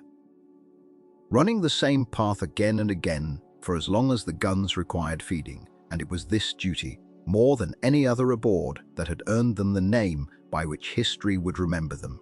Powder monkeys, small and quick and essential, moving through smoke and noise that would have frozen a grown man, because they had been trained to it, because the ship's survival depended on the unbroken rhythm of their passage from magazine to gun and back again. Each gun, once run out through its port, became the responsibility of a crew of 6 or 8 or more, depending on its size, and each man within that crew held a single function that he performed with a mechanical exactness bred of endless practice, the sponger driving the wetted sponge down the barrel to extinguish any lingering spark from the previous discharge, the loader ramming home the cartridge and then the shot, the second captain pricking the cartridge through the touch hole and inserting the quill tube that would carry the flame, and the gun captain himself standing slightly back, lanyard in hand, watching the roll of the ship, waiting for the precise moment when the barrel's aim would align with the enemy hull as the two vessels rose and fell on the swell. For firing at the wrong instant sent a shot uselessly into the sky or wastefully into the sea, and firing at the right one could open a hole in an enemy's side that no carpenter could close before the battle ended.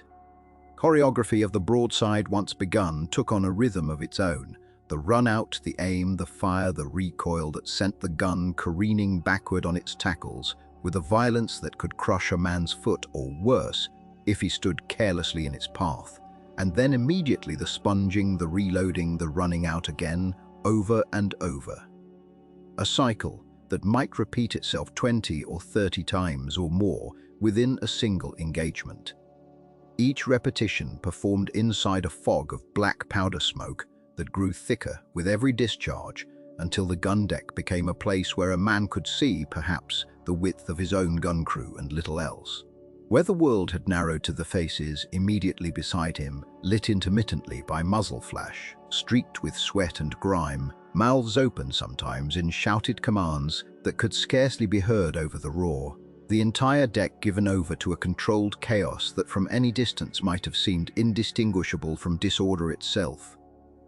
but which was, in truth, one of the most rigorously disciplined performances that any group of men aboard that ship would ever undertake, for chaos without discipline killed the crew as surely as any enemy shot, and it was discipline alone drilled into muscle and bone across years of practice. That allowed men to load and fire and reload inside a deafening enclosure of smoke and thunder without the entire enterprise collapsing into panic. It is Trafalgar that history has fixed upon as the emblem of this experience, and rightly so, for in the logbooks and letters and later testimonies of the men who fought there, one finds every element of the naval engagement rendered with unusual clarity, the approach itself slow and almost unbearable. As Nelson's ships bore down upon the combined fleet under full sail, exposed to raking fire for the better part of an hour before they could bring their own guns to bear, a period that veterans would later describe as harder on the nerves than the battle itself. For a man standing at his post, forbidden to fire,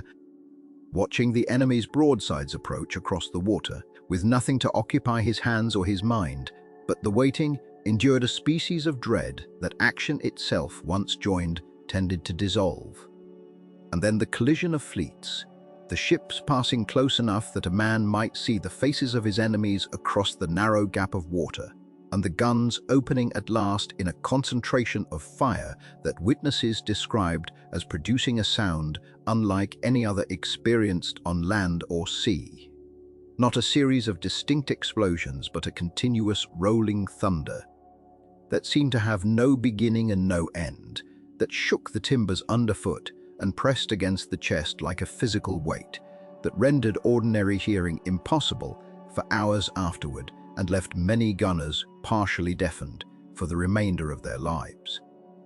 Inside that thunder, men fought a battle that was in some sense entirely private, for each gun crew, sealed within its own pocket of smoke and noise, could know little of how the wider engagement was proceeding, whether the ship ahead had struck her colors, whether the mast overhead still stood. And it was this narrowing of awareness, this reduction of the vast strategic contest to the small and immediate business of one's own gun, that many survivors would later identify as the defining psychological feature of the experience. A controlled terror that left no room for wider fear, because there was no space left in the mind for anything beyond the next action, the next command, the next repetition of the drilled sequence that had become, in that hour, indistinguishable from instinct itself. Nelson fell that day, struck by a musket ball fired from the rigging of a French ship, and was carried below to the same cockpit where the wounded of his own crew were already gathering. And there, amid the same lantern light and the same crowded press of suffering men that attended any battle's aftermath, he lingered through the hours of the engagement's conclusion, receiving reports of the victory as it unfolded above him, and died knowing that the fleet he had led had triumphed, though the cost of that triumph in his own life, and in the lives of many hundreds of men aboard both fleets, was already being counted in the surgeons' lists and the purser's books, even as the guns fell silent and the smoke began at last to drift and clear from decks that had for hours known nothing but thunder. For the ordinary sailor, no less than for the admiral, battle was an experience that resisted easy telling afterward, not because it could not be described, but because description seemed always to fall short of the thing itself, the ringing in the ears that persisted for days, the strange quiet that followed the gun's silence, a quiet that felt almost unnatural after hours. Inside that continuous roar and the slow return of ordinary senses, ordinary thought, as men who had given themselves over entirely to the drilled rhythm of the broadside found themselves once more standing amid wreckage and stillness, blinking in daylight that seemed for a moment unfamiliar.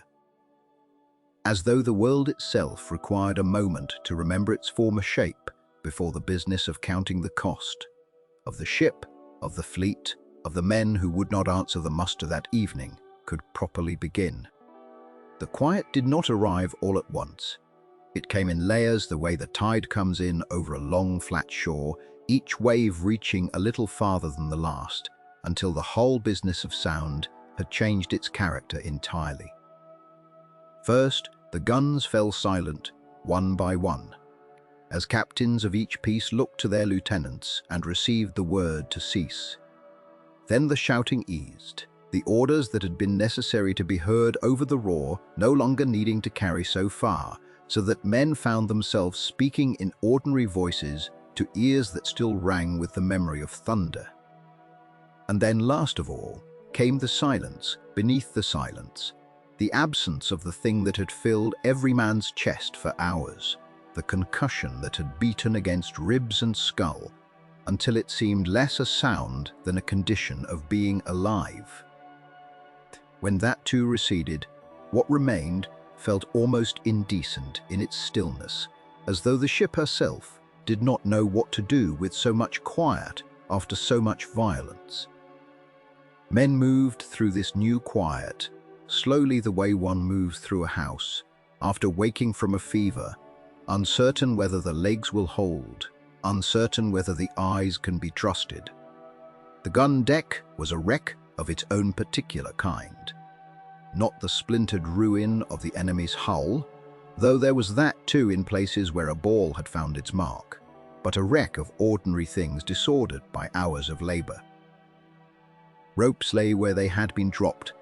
Powder monkeys sat where they had last set down their cartridges, some of them asleep sitting upright, boys of 10 and 11 whose bodies had simply stopped once the demand upon them ceased. Sponges and rammers lay across the deck like fallen tools in an abandoned workshop, and through all of it moved the surgeon's mates and the boatswain's party and the men detailed to carry the wounded below, their voices low, their movements unhurried now, in a way that must have felt strange after the frantic pace of the action itself, as though the body, having spent its store of urgency, could not summon more even for grief. The wounded were gathered first, always first, carried on gratings and improvised litters down through the hatchways to where the surgeon waited among his instruments and his buckets, the orlop deck already thick with the smell of blood and rum and the tallow of the lanterns burning low in that windowless space below the waterline. A man's arm, shattered by langrage, another blinded by a splinter no larger than a finger, a boy whose leg had been taken clean off below the knee, and who was, by the accounts that survive, remarkably calm about it, asking only whether his mates had come through the action well before he would consent to be laid upon the table. The surgeon and his assistants worked through the hours that followed with a speed that seems, from the distance of centuries, almost brutal in its necessity. No time for gentleness, only for competence. The tourniquet applied, the saw employed, the wound dressed, and the man moved aside to make room for the next and the next, until the pile of shattered limbs beneath the table had grown to a height that the assistants would spend the following morning carrying up and casting into the sea. Above, on the gun deck and the quarterdeck, the dead were gathered separately, laid in rows with whatever covering could be found, and here too the counting had its own peculiar quiet. The muster book brought out, names read aloud, and beside each name a pause where an answering voice should have come. This was, by every account that has survived, one of the hardest moments of the whole engagement. Harder in its way than the battle itself, because the battle had at least the mercy of motion, of purpose, of not having time to feel the weight of what was happening. The muster had no such mercy. It required a man to stand still and listen to the absence of his friend's voice, and to know that the absence was now permanent, and to say nothing, because there was nothing to be said that the ship's routine allowed for. Not yet. Not until the burials that would come at dusk or the following morning. Weighted and stitched into their own hammocks, and given to the sea with what brief and formal words the chaplain or the captain could offer. Between these two extremities of care, the frantic labour over the wounded, the grim ceremony of counting the dead, there stretched the ordinary and enormous work of restoring the ship herself to something like order. The decks, slick with blood and blackened with powder residue, were washed down with sea-water hauled up in buckets, holly stones dragged across the planking, not for the usual purpose of appearance, but for the plainer necessity of footing, so that men would not slip in what remained. Rigging cut away in the action was cleared and, where possible, spliced back into service. Shot holes in the hull were plugged, sometimes with nothing more elaborate than a shirt or a hammock stuffed into the gap and braced from within until the carpenter's party could make a more lasting repair. And through all of this labour, men worked alongside one another with a particular quality of silence that those who have written of it struggled, later, to properly describe. Not the silence of exhaustion alone, though that was present, but a silence that seemed to hold within it everything that had just occurred. Done had spoken because it could not yet be spoken, because the ordinary words available to men were insufficient to the size of what they had lived through together. It is in the letters and journals that survive from this period that we find the truest record of what followed a battle's end. And what strikes the reader across the distance of more than 2 centuries is how consistently these accounts hold relief and grief, as though the two could not be separated even in memory.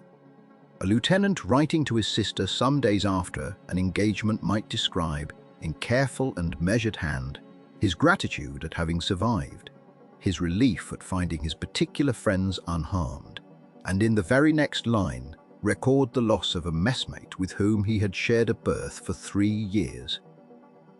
A man whose habits and jokes and small kindnesses he had come to depend upon without ever quite noticing the dependence until it was gone.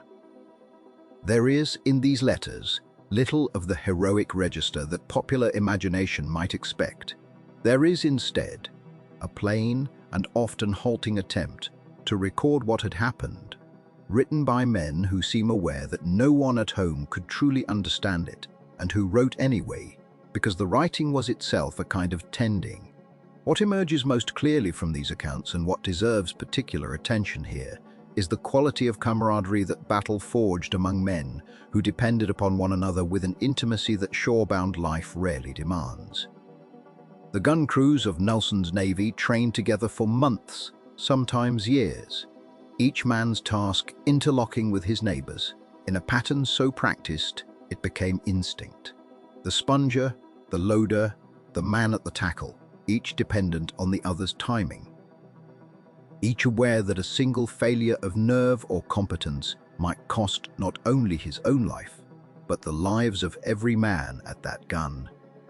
This dependency, forged first in drill and then tested in the fire of actual engagement, produced a bond that the men themselves often struggled to name, but which appears again and again in their writing as something close to brotherhood, a tenderness made strange and deep by the violence in which it had been proven.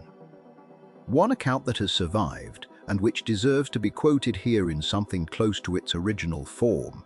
comes from a gunner's mate who served aboard a ship of the line during this period, and who kept, against regulation and against likelihood, a small private journal in which he recorded not the tactics of the engagement, but its human residue. Writing of the evening, following an action in which his gun crew had lost 2 of its 8 men, he set down these words: that he had gone to his hammock that night, expecting sleep to come easily,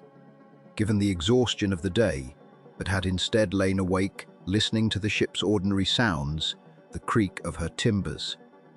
the slap of water against the hull, and had found himself, in his own words, more grieved by the quiet than he had been frightened by the noise that preceded it. He wrote that he missed already the particular way one of his lost mates had of humming some half-remembered tune while running out the gun, a habit that had annoyed him for the better part of a year and which he would now, he wrote, give a great deal to hear again.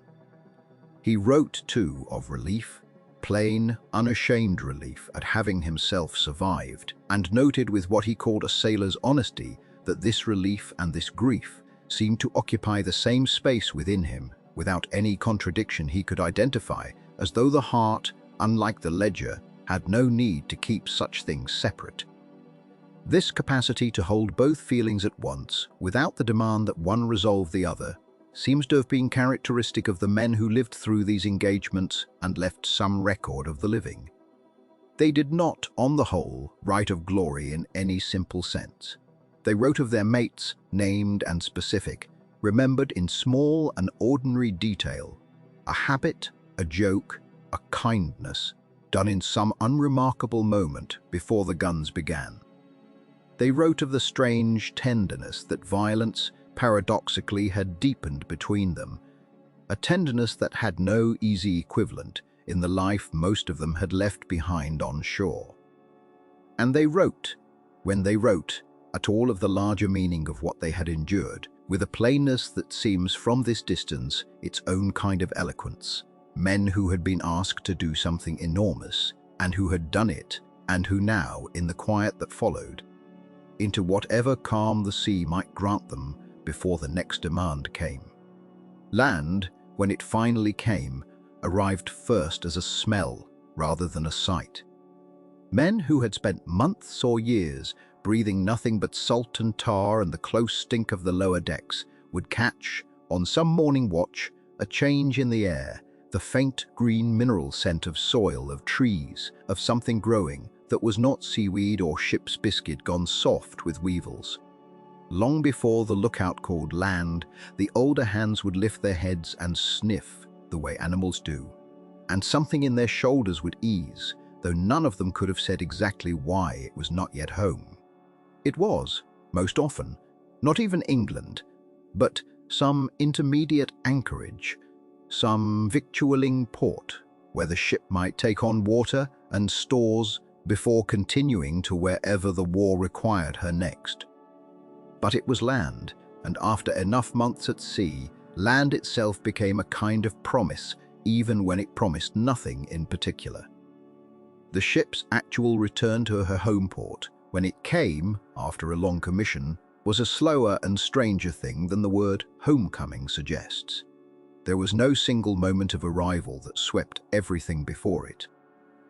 Instead, there was a gradual accumulation of signs. The color of the water changing as it shallowed, the increase of other sails on the horizon, the gulls arriving in numbers that meant a coastline was near, then the coastline itself. And grey and utterly familiar in shape to men who had drawn it from memory in their minds 1,000 times during the months away. Portsmouth or Plymouth or the Nore would rise out of the haze looking exactly as it had looked when they left. And this exactness was itself disorienting, because the men doing the looking were not remotely the same as when they had departed. A boy of 16 who had gone out on his first commission might return 3 years later as someone who had seen battle, who had held a dying friend, who had learned to read a sky for storms and could splice a rope in the dark by feel alone, and the harbour into which he sailed had not moved an inch to acknowledge any of it. The stone of the docks, the particular slant of a church spire above the town, the same taverns with the same signs swinging, all of it sat there patiently, indifferent as though no time had passed at all. And this indifference of place to the changes in the men who returned to it was one of the quieter cruelties of the sailor's life, one that no flogging or storm had prepared them for. The disorientation when they finally set foot on the solid ground of the dockside, was often described, in the rare accounts that describe it at all, as a physical, bodily confusion rather than merely an emotional one. The legs of a man who had spent years compensating for the roll and pitch of a deck did not know at first how to walk on ground that did not move. Sailors newly landed were known to stagger as though drunk before they had touched a drop, their inner ear and their long-trained muscles still braced for a swell that was no longer there, and it might take days for the land to stop feeling, faintly, as though it were still gently heaving beneath them. Some described it almost with embarrassment, this involuntary rolling gait that marked them instantly as men of the sea even before anyone noticed their weathered hands or their tarred trousers. It was as though the body itself needed a period of reacquaintance with the fixed and solid world, just as the mind needed time to remember how to want things beyond survival. A meal that was not salted, a bed that did not swing. For most sailors, though, the deeper uncertainty of landfall was not physical but financial, and it began almost as soon as they set foot ashore, if not before. Wages in the Navy of this period were paid irregularly and often far in arrears. A man might be owed a year or more of pay by the time his ship finally paid off, and the settling of these accounts was a bureaucratic process that could stretch on for weeks, during which he had in practice no money at all beyond whatever he had managed to save or win at cards or borrow against his eventual pay. Prize money, the fabled reward for captured enemy vessels, loomed large in the imagination of every sailor and delivered in practice wildly unevenly. A lucky ship that had taken a rich prize might see her captain grow wealthy beyond anything his naval salary alone could provide, while the ordinary seaman below him received a share that, after the deductions of agents and the long delays of legal process, might amount to only a few pounds. Welcome, certainly, but rarely the transforming windfall that the stories back in the forecastle had promised. Many men waited years for prize money that was legitimately owed to them, chasing it through agents and courts that seemed designed, whether by neglect or by intention, to exhaust a sailor's patience before it exhausted his claim. Some received nothing at all, the paperwork lost, the prize agent vanished or bankrupt, the whole promised sum dissolving into the same fog that had swallowed so much else of their service. For those who had been wounded or worn out in the king's service, there existed the theoretical provision of a pension administered through Greenwich Hospital or through smaller outpensions that might be paid to a man living in his own home rather than within the hospital's walls. These pensions, when they came, were rarely generous, and the process of qualifying for one required a man to prove his service and his injury to the satisfaction of officials who had never stood on a heaving deck in their lives. A sailor missing an arm or a leg, invalided out after some engagement that had cost him dearly, might spend months navigating the paperwork of his own ruin, presenting himself before boards and clerks who assessed his worth in pounds and shillings against a body that no longer functioned as it had. Those who succeeded might receive a modest sum, enough perhaps to keep a small room and eat plainly, but rarely enough to reconstruct a life. Those who failed, or who simply lacked the literacy or the patience or the luck to navigate the system, often ended in poverty that the nation whose wars had cost them their limbs seemed in no great hurry to address. The figure of the disabled old sailor, begging in the streets of a port town or singing for coins with a wooden leg, and a story of Trafalgar or the Nile, was common enough in this period to become almost a stock image, a symbol of service rewarded chiefly with neglect, though it should be said that this image, however true in many cases, does not capture the full range of outcomes, for some men did secure their pensions, did find their prize money, did manage some modest stability after their service, even if the records that would let us know how many is a proportion history has never been able to fully recover. Beyond the money or its absence, there was the matter of what a discharged sailor was meant to do with the rest of his life. A question that the Navy, having consumed his years so thoroughly, offered little help in answering. Some returned to whatever trade they had followed before the press gang or their own choice had taken them to sea, picking up tools they had not held in years, finding the muscles for a different kind of work, strange and stiff after so long spent hauling rope and running rigging. Some drifted into the merchant service instead, unable to imagine a life entirely apart from the sea, despite everything it had cost them, men for whom the ocean had become less a place of employment than simply the only world they knew how to inhabit. Others, especially the young who had gone to sea as boys and grown to manhood there, found themselves oddly stranded on land, unequipped for any trade, unable to settle into the rhythms of a shore-based life that felt, after the intense compression of shipboard existence, somehow too slow and too empty of purpose. It was not uncommon for men to re-enlist after only a short time ashore, driven back to the Navy not by love of it, but by the simple absence of anywhere else to go, the sea having become, against all its cruelties, the only place that would still have them. And then there were the families, waiting or not waiting, changed or unchanged, in ways the war had never consulted them about. A wife who had married a young man and then not seen him for 3 or 5 years might open her door to someone both familiar and strange. A husband aged beyond his years, carrying scars she had not put there and memories she could not share. Often carried within it a quiet grief for the version of each other they had lost along the way. Children grew up not knowing their fathers at all, or knowing them only through the uncertain medium of letters that arrived irregularly, if they arrived at all, dictated often to a shipmate for men who could not write, full of careful sentiments and small requests for news of home. Some men returned to find their wives had died in their absence, or their children grown and gone, or their parents buried in a churchyard they had not been present to attend.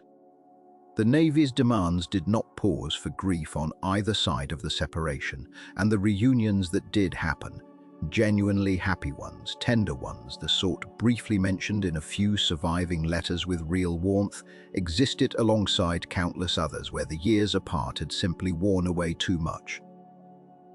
leaving two people who loved each other in memory, trying to recognize each other in fact.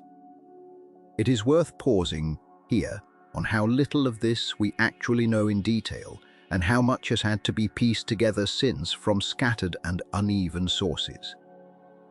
Most sailors of this era could not write or wrote only haltingly, and so the great majority of these homecomings, their disorientations, their financial struggles, their family reunions and ruptures, went entirely unrecorded, existing now only in the aggregate. Trent in the patterns historians can infer from muster books and pension records and the occasional surviving letter, rather than in any direct testimony from the men themselves. The voices we do have, a literate boatswain's mate, a lieutenant's private diary, a widow's petition for her husband's unpaid wages, are precious precisely because they are so rare, small windows into an experience that was, for most who lived it, simply lived and then lost to time, unrecorded because no one thought to ask, and unrecorded because the men themselves, perhaps, did not think their own lives worth the ink. What we have reconstructed since is necessarily partial, built from fragments, and it leaves us always aware of how much silence surrounds even the most well-documented voyages, how many thousands of homecomings occurred in the same quiet, unremarked way, a man walking up from the docks into a town that had gone on without him. Dock carrying inside him a war that the town would never fully see or understand. The years moved on, as years do, indifferent to the ships that had carried them. The wooden world that had shaped a generation of sailors began, slowly, and then all at once, to give way to something else. Steam came first as a curiosity, a smudge of black smoke on the horizon that older sailors regarded with suspicion, and then as a certainty that could not be argued with. Canvas, which had carried fleets across every ocean for centuries, which had been mended and patched and blessed by chaplains and cursed by topmen in gales, began to seem impossibly fragile beside the tireless turning of a paddle wheel or a screw propeller. The men who had once read the wind in the set of a sail, who could tell a coming storm from the color of the water or the behavior of birds, watched engines do work that had once required 40 hands aloft and a captain's steady nerve. It was not a sudden death, it was a fading, the kind that happens so gradually that those living through it scarcely notice the change until one day they look up and find the old world entirely gone. The ships themselves went the way of all wooden things left too long without purpose. Some were broken up in the yards where they had been built, their timbers sold for scrap, for furniture, for the beams of houses that would stand long after anyone had forgotten which vessel had given them shape. There is a strange, quiet poetry in this. A ship of the line, once the pride of a fleet, its ribs and planking now holding up the roof of a tavern or forming the floor of a chapel. The wood that had absorbed the concussion of broadsides and the salt of 1,000 storms, now absorbing nothing more dramatic than the footsteps of parishioners on a Sunday morning. Other ships simply rotted at their moorings, deemed no longer worth the expense of maintaining, their guns removed, their rigging stripped, until they became hulks used for storage, or as floating prisons, a slow and undignified end for vessels that had once carried men into the thunder of Trafalgar or the grey misery of a Baltic blockade. A few, a very few, were preserved, kept afloat through the devotion of those who understood that something irreplaceable was slipping away, that once the last of these ships were gone, the physical memory of that entire age would exist only in paper and paint.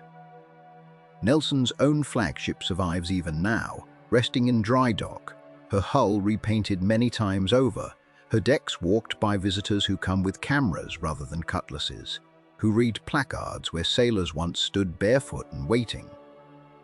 To walk her decks today is to feel something of what has been described in the hours before this.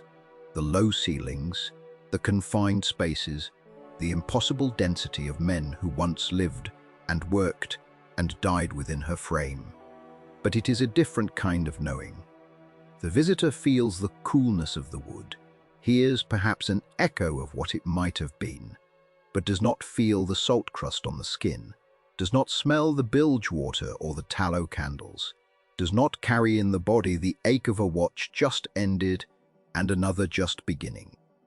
The ship remains faithfully rebuilt and maintained through generations of careful hands, but the life that filled her has gone, and what is left is a kind of reverent absence, a space shaped precisely to the dimensions of a world that no longer exists. What remains beyond the ships themselves is scattered and various, and taken together it forms the only bridge we have back to the men who served.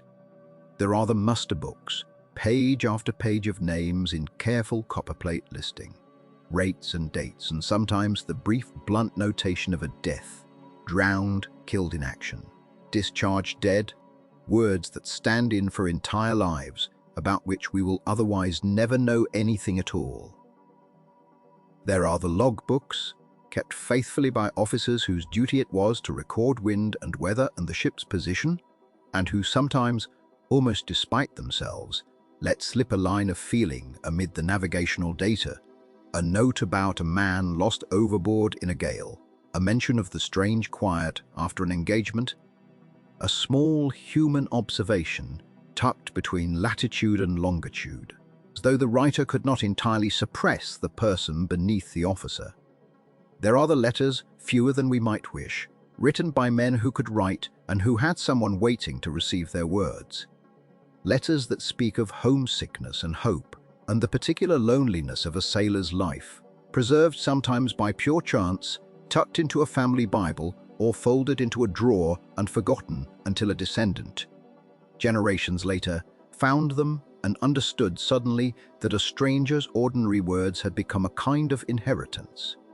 And there are the memorials, stone and brass, standing in churchyards and naval chapels and on monuments raised in ports that no longer bustle with the traffic of sail. Names etched in long columns, ranks, and ships noted beside them. The dates of battles that once filled newspapers and now exist mostly in textbooks. Walk along such a memorial slowly, as one might walk along the deck of a preserved ship, and the names begin to blur together, hundreds of them, thousands in the larger monuments, each one representing a life as full and complicated and singular as any life lived today, each one reduced now to a name and a date, sometimes not even a full name. Sometimes only initials and a surname, the given name lost somewhere in the passage of records, from ship to shore, to archive to stone. It is a strange kind of immortality, this. Permanent in the sense that the stone will likely outlast anything else connected to these men, and yet almost entirely empty of the particular truth of who they were, what they feared, what they loved, how they laughed with their messmates over a joke long since forgotten by everyone who ever knew it. This is perhaps the quiet meditation that the age of sail leaves us with. Not a grand lesson about heroism or empire, though those larger histories have their place and their scholars, but something smaller and more durable, a meditation on the dignity of ordinary endurance. Most of the men who served in Nelson's navy were not seeking glory. They were pressed, or they enlisted out of necessity, out of hunger, out of the simple absence of better options, and they found themselves living lives of extraordinary hardship inside vessels that asked everything of the body and offered very little in return beyond the bread and salt beef. When it arrived at all diminished by deductions and delays, and yet they did the work. They climbed the rigging in storms that would terrify anyone standing safely on shore. They stood their watches through the coldest hours of the night, half asleep on their feet, because the ship required it, and because the men beside them depended on it. They endured the surgeon's crude instruments without complaint, or with only the complaint that pain forces from any human body, and they returned, when they could, to duties that had not paused, to accommodate their suffering. This was not heroism, in the way the word is often used, the singular dramatic act, performed before an audience. It was something quieter, and in its way, more remarkable. A sustained, unglamorous endurance repeated day after day, year after year, by men whose names, for the most part, history has not troubled to remember. There is dignity in this that does not require the trumpet blast of commemoration to be true. A man who stood his watch faithfully through 100 ordinary nights, who never once distinguished himself in battle, who simply did the work asked of him and came home, if he came home at all, changed and quiet and unable to fully explain what he had lived through. That man's life carries a weight equal to any admiral's, even if the stone monuments and the history books have decided otherwise. The wooden world demanded everything of everyone who lived within it, officer and rating alike, and it did not ask whether the demand was fair. It simply made the demand, and men answered it, because that was the shape of the life they had been given, and because the alternative, desertion, mutiny, refusal, carried consequences that made simple endurance the more survivable choice. In this way, endurance itself becomes a kind of quiet heroism, unremarked and largely unremembered, but no less real for having gone unrecorded. Picture now, a harbor at dusk, not the harbor of departure with which this story began, full of activity and dread, and the particular tension of men not yet knowing what lay ahead, but a harbor much later, after the age itself has passed. The masts that once crowded the anchorage are gone, or reduced to the few preserved vessels kept as monuments to what used to be ordinary. The light falls low, and gold across water, that has seen everything and reveals nothing, indifferent as it has always been to the ships that crossed it and the men who did not return. Somewhere along the waterfront, a preserved ship sits at her moorings, rigging rising black and empty against a darkening sky, no sailors aloft, no watch being called, only the quiet creak of old timber settling into the evening, the way it has settled into 10,000 evenings before, patient, waiting for nothing in particular. Holding within her boards the compressed memory of a world that has otherwise entirely disappeared.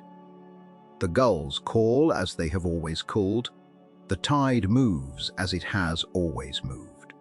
And somewhere beneath all of it, unrecorded and unrecoverable, rest the ordinary lives of the men who served, who endured, who came home, changed or did not come home at all, their names perhaps on a stone somewhere, perhaps nowhere, their stories folded quietly into the larger silence of the sea. If you have found some rest in this history, there are more quiet voyages waiting whenever you wish to return to them. Sleep well and let the tide carry you gently until then.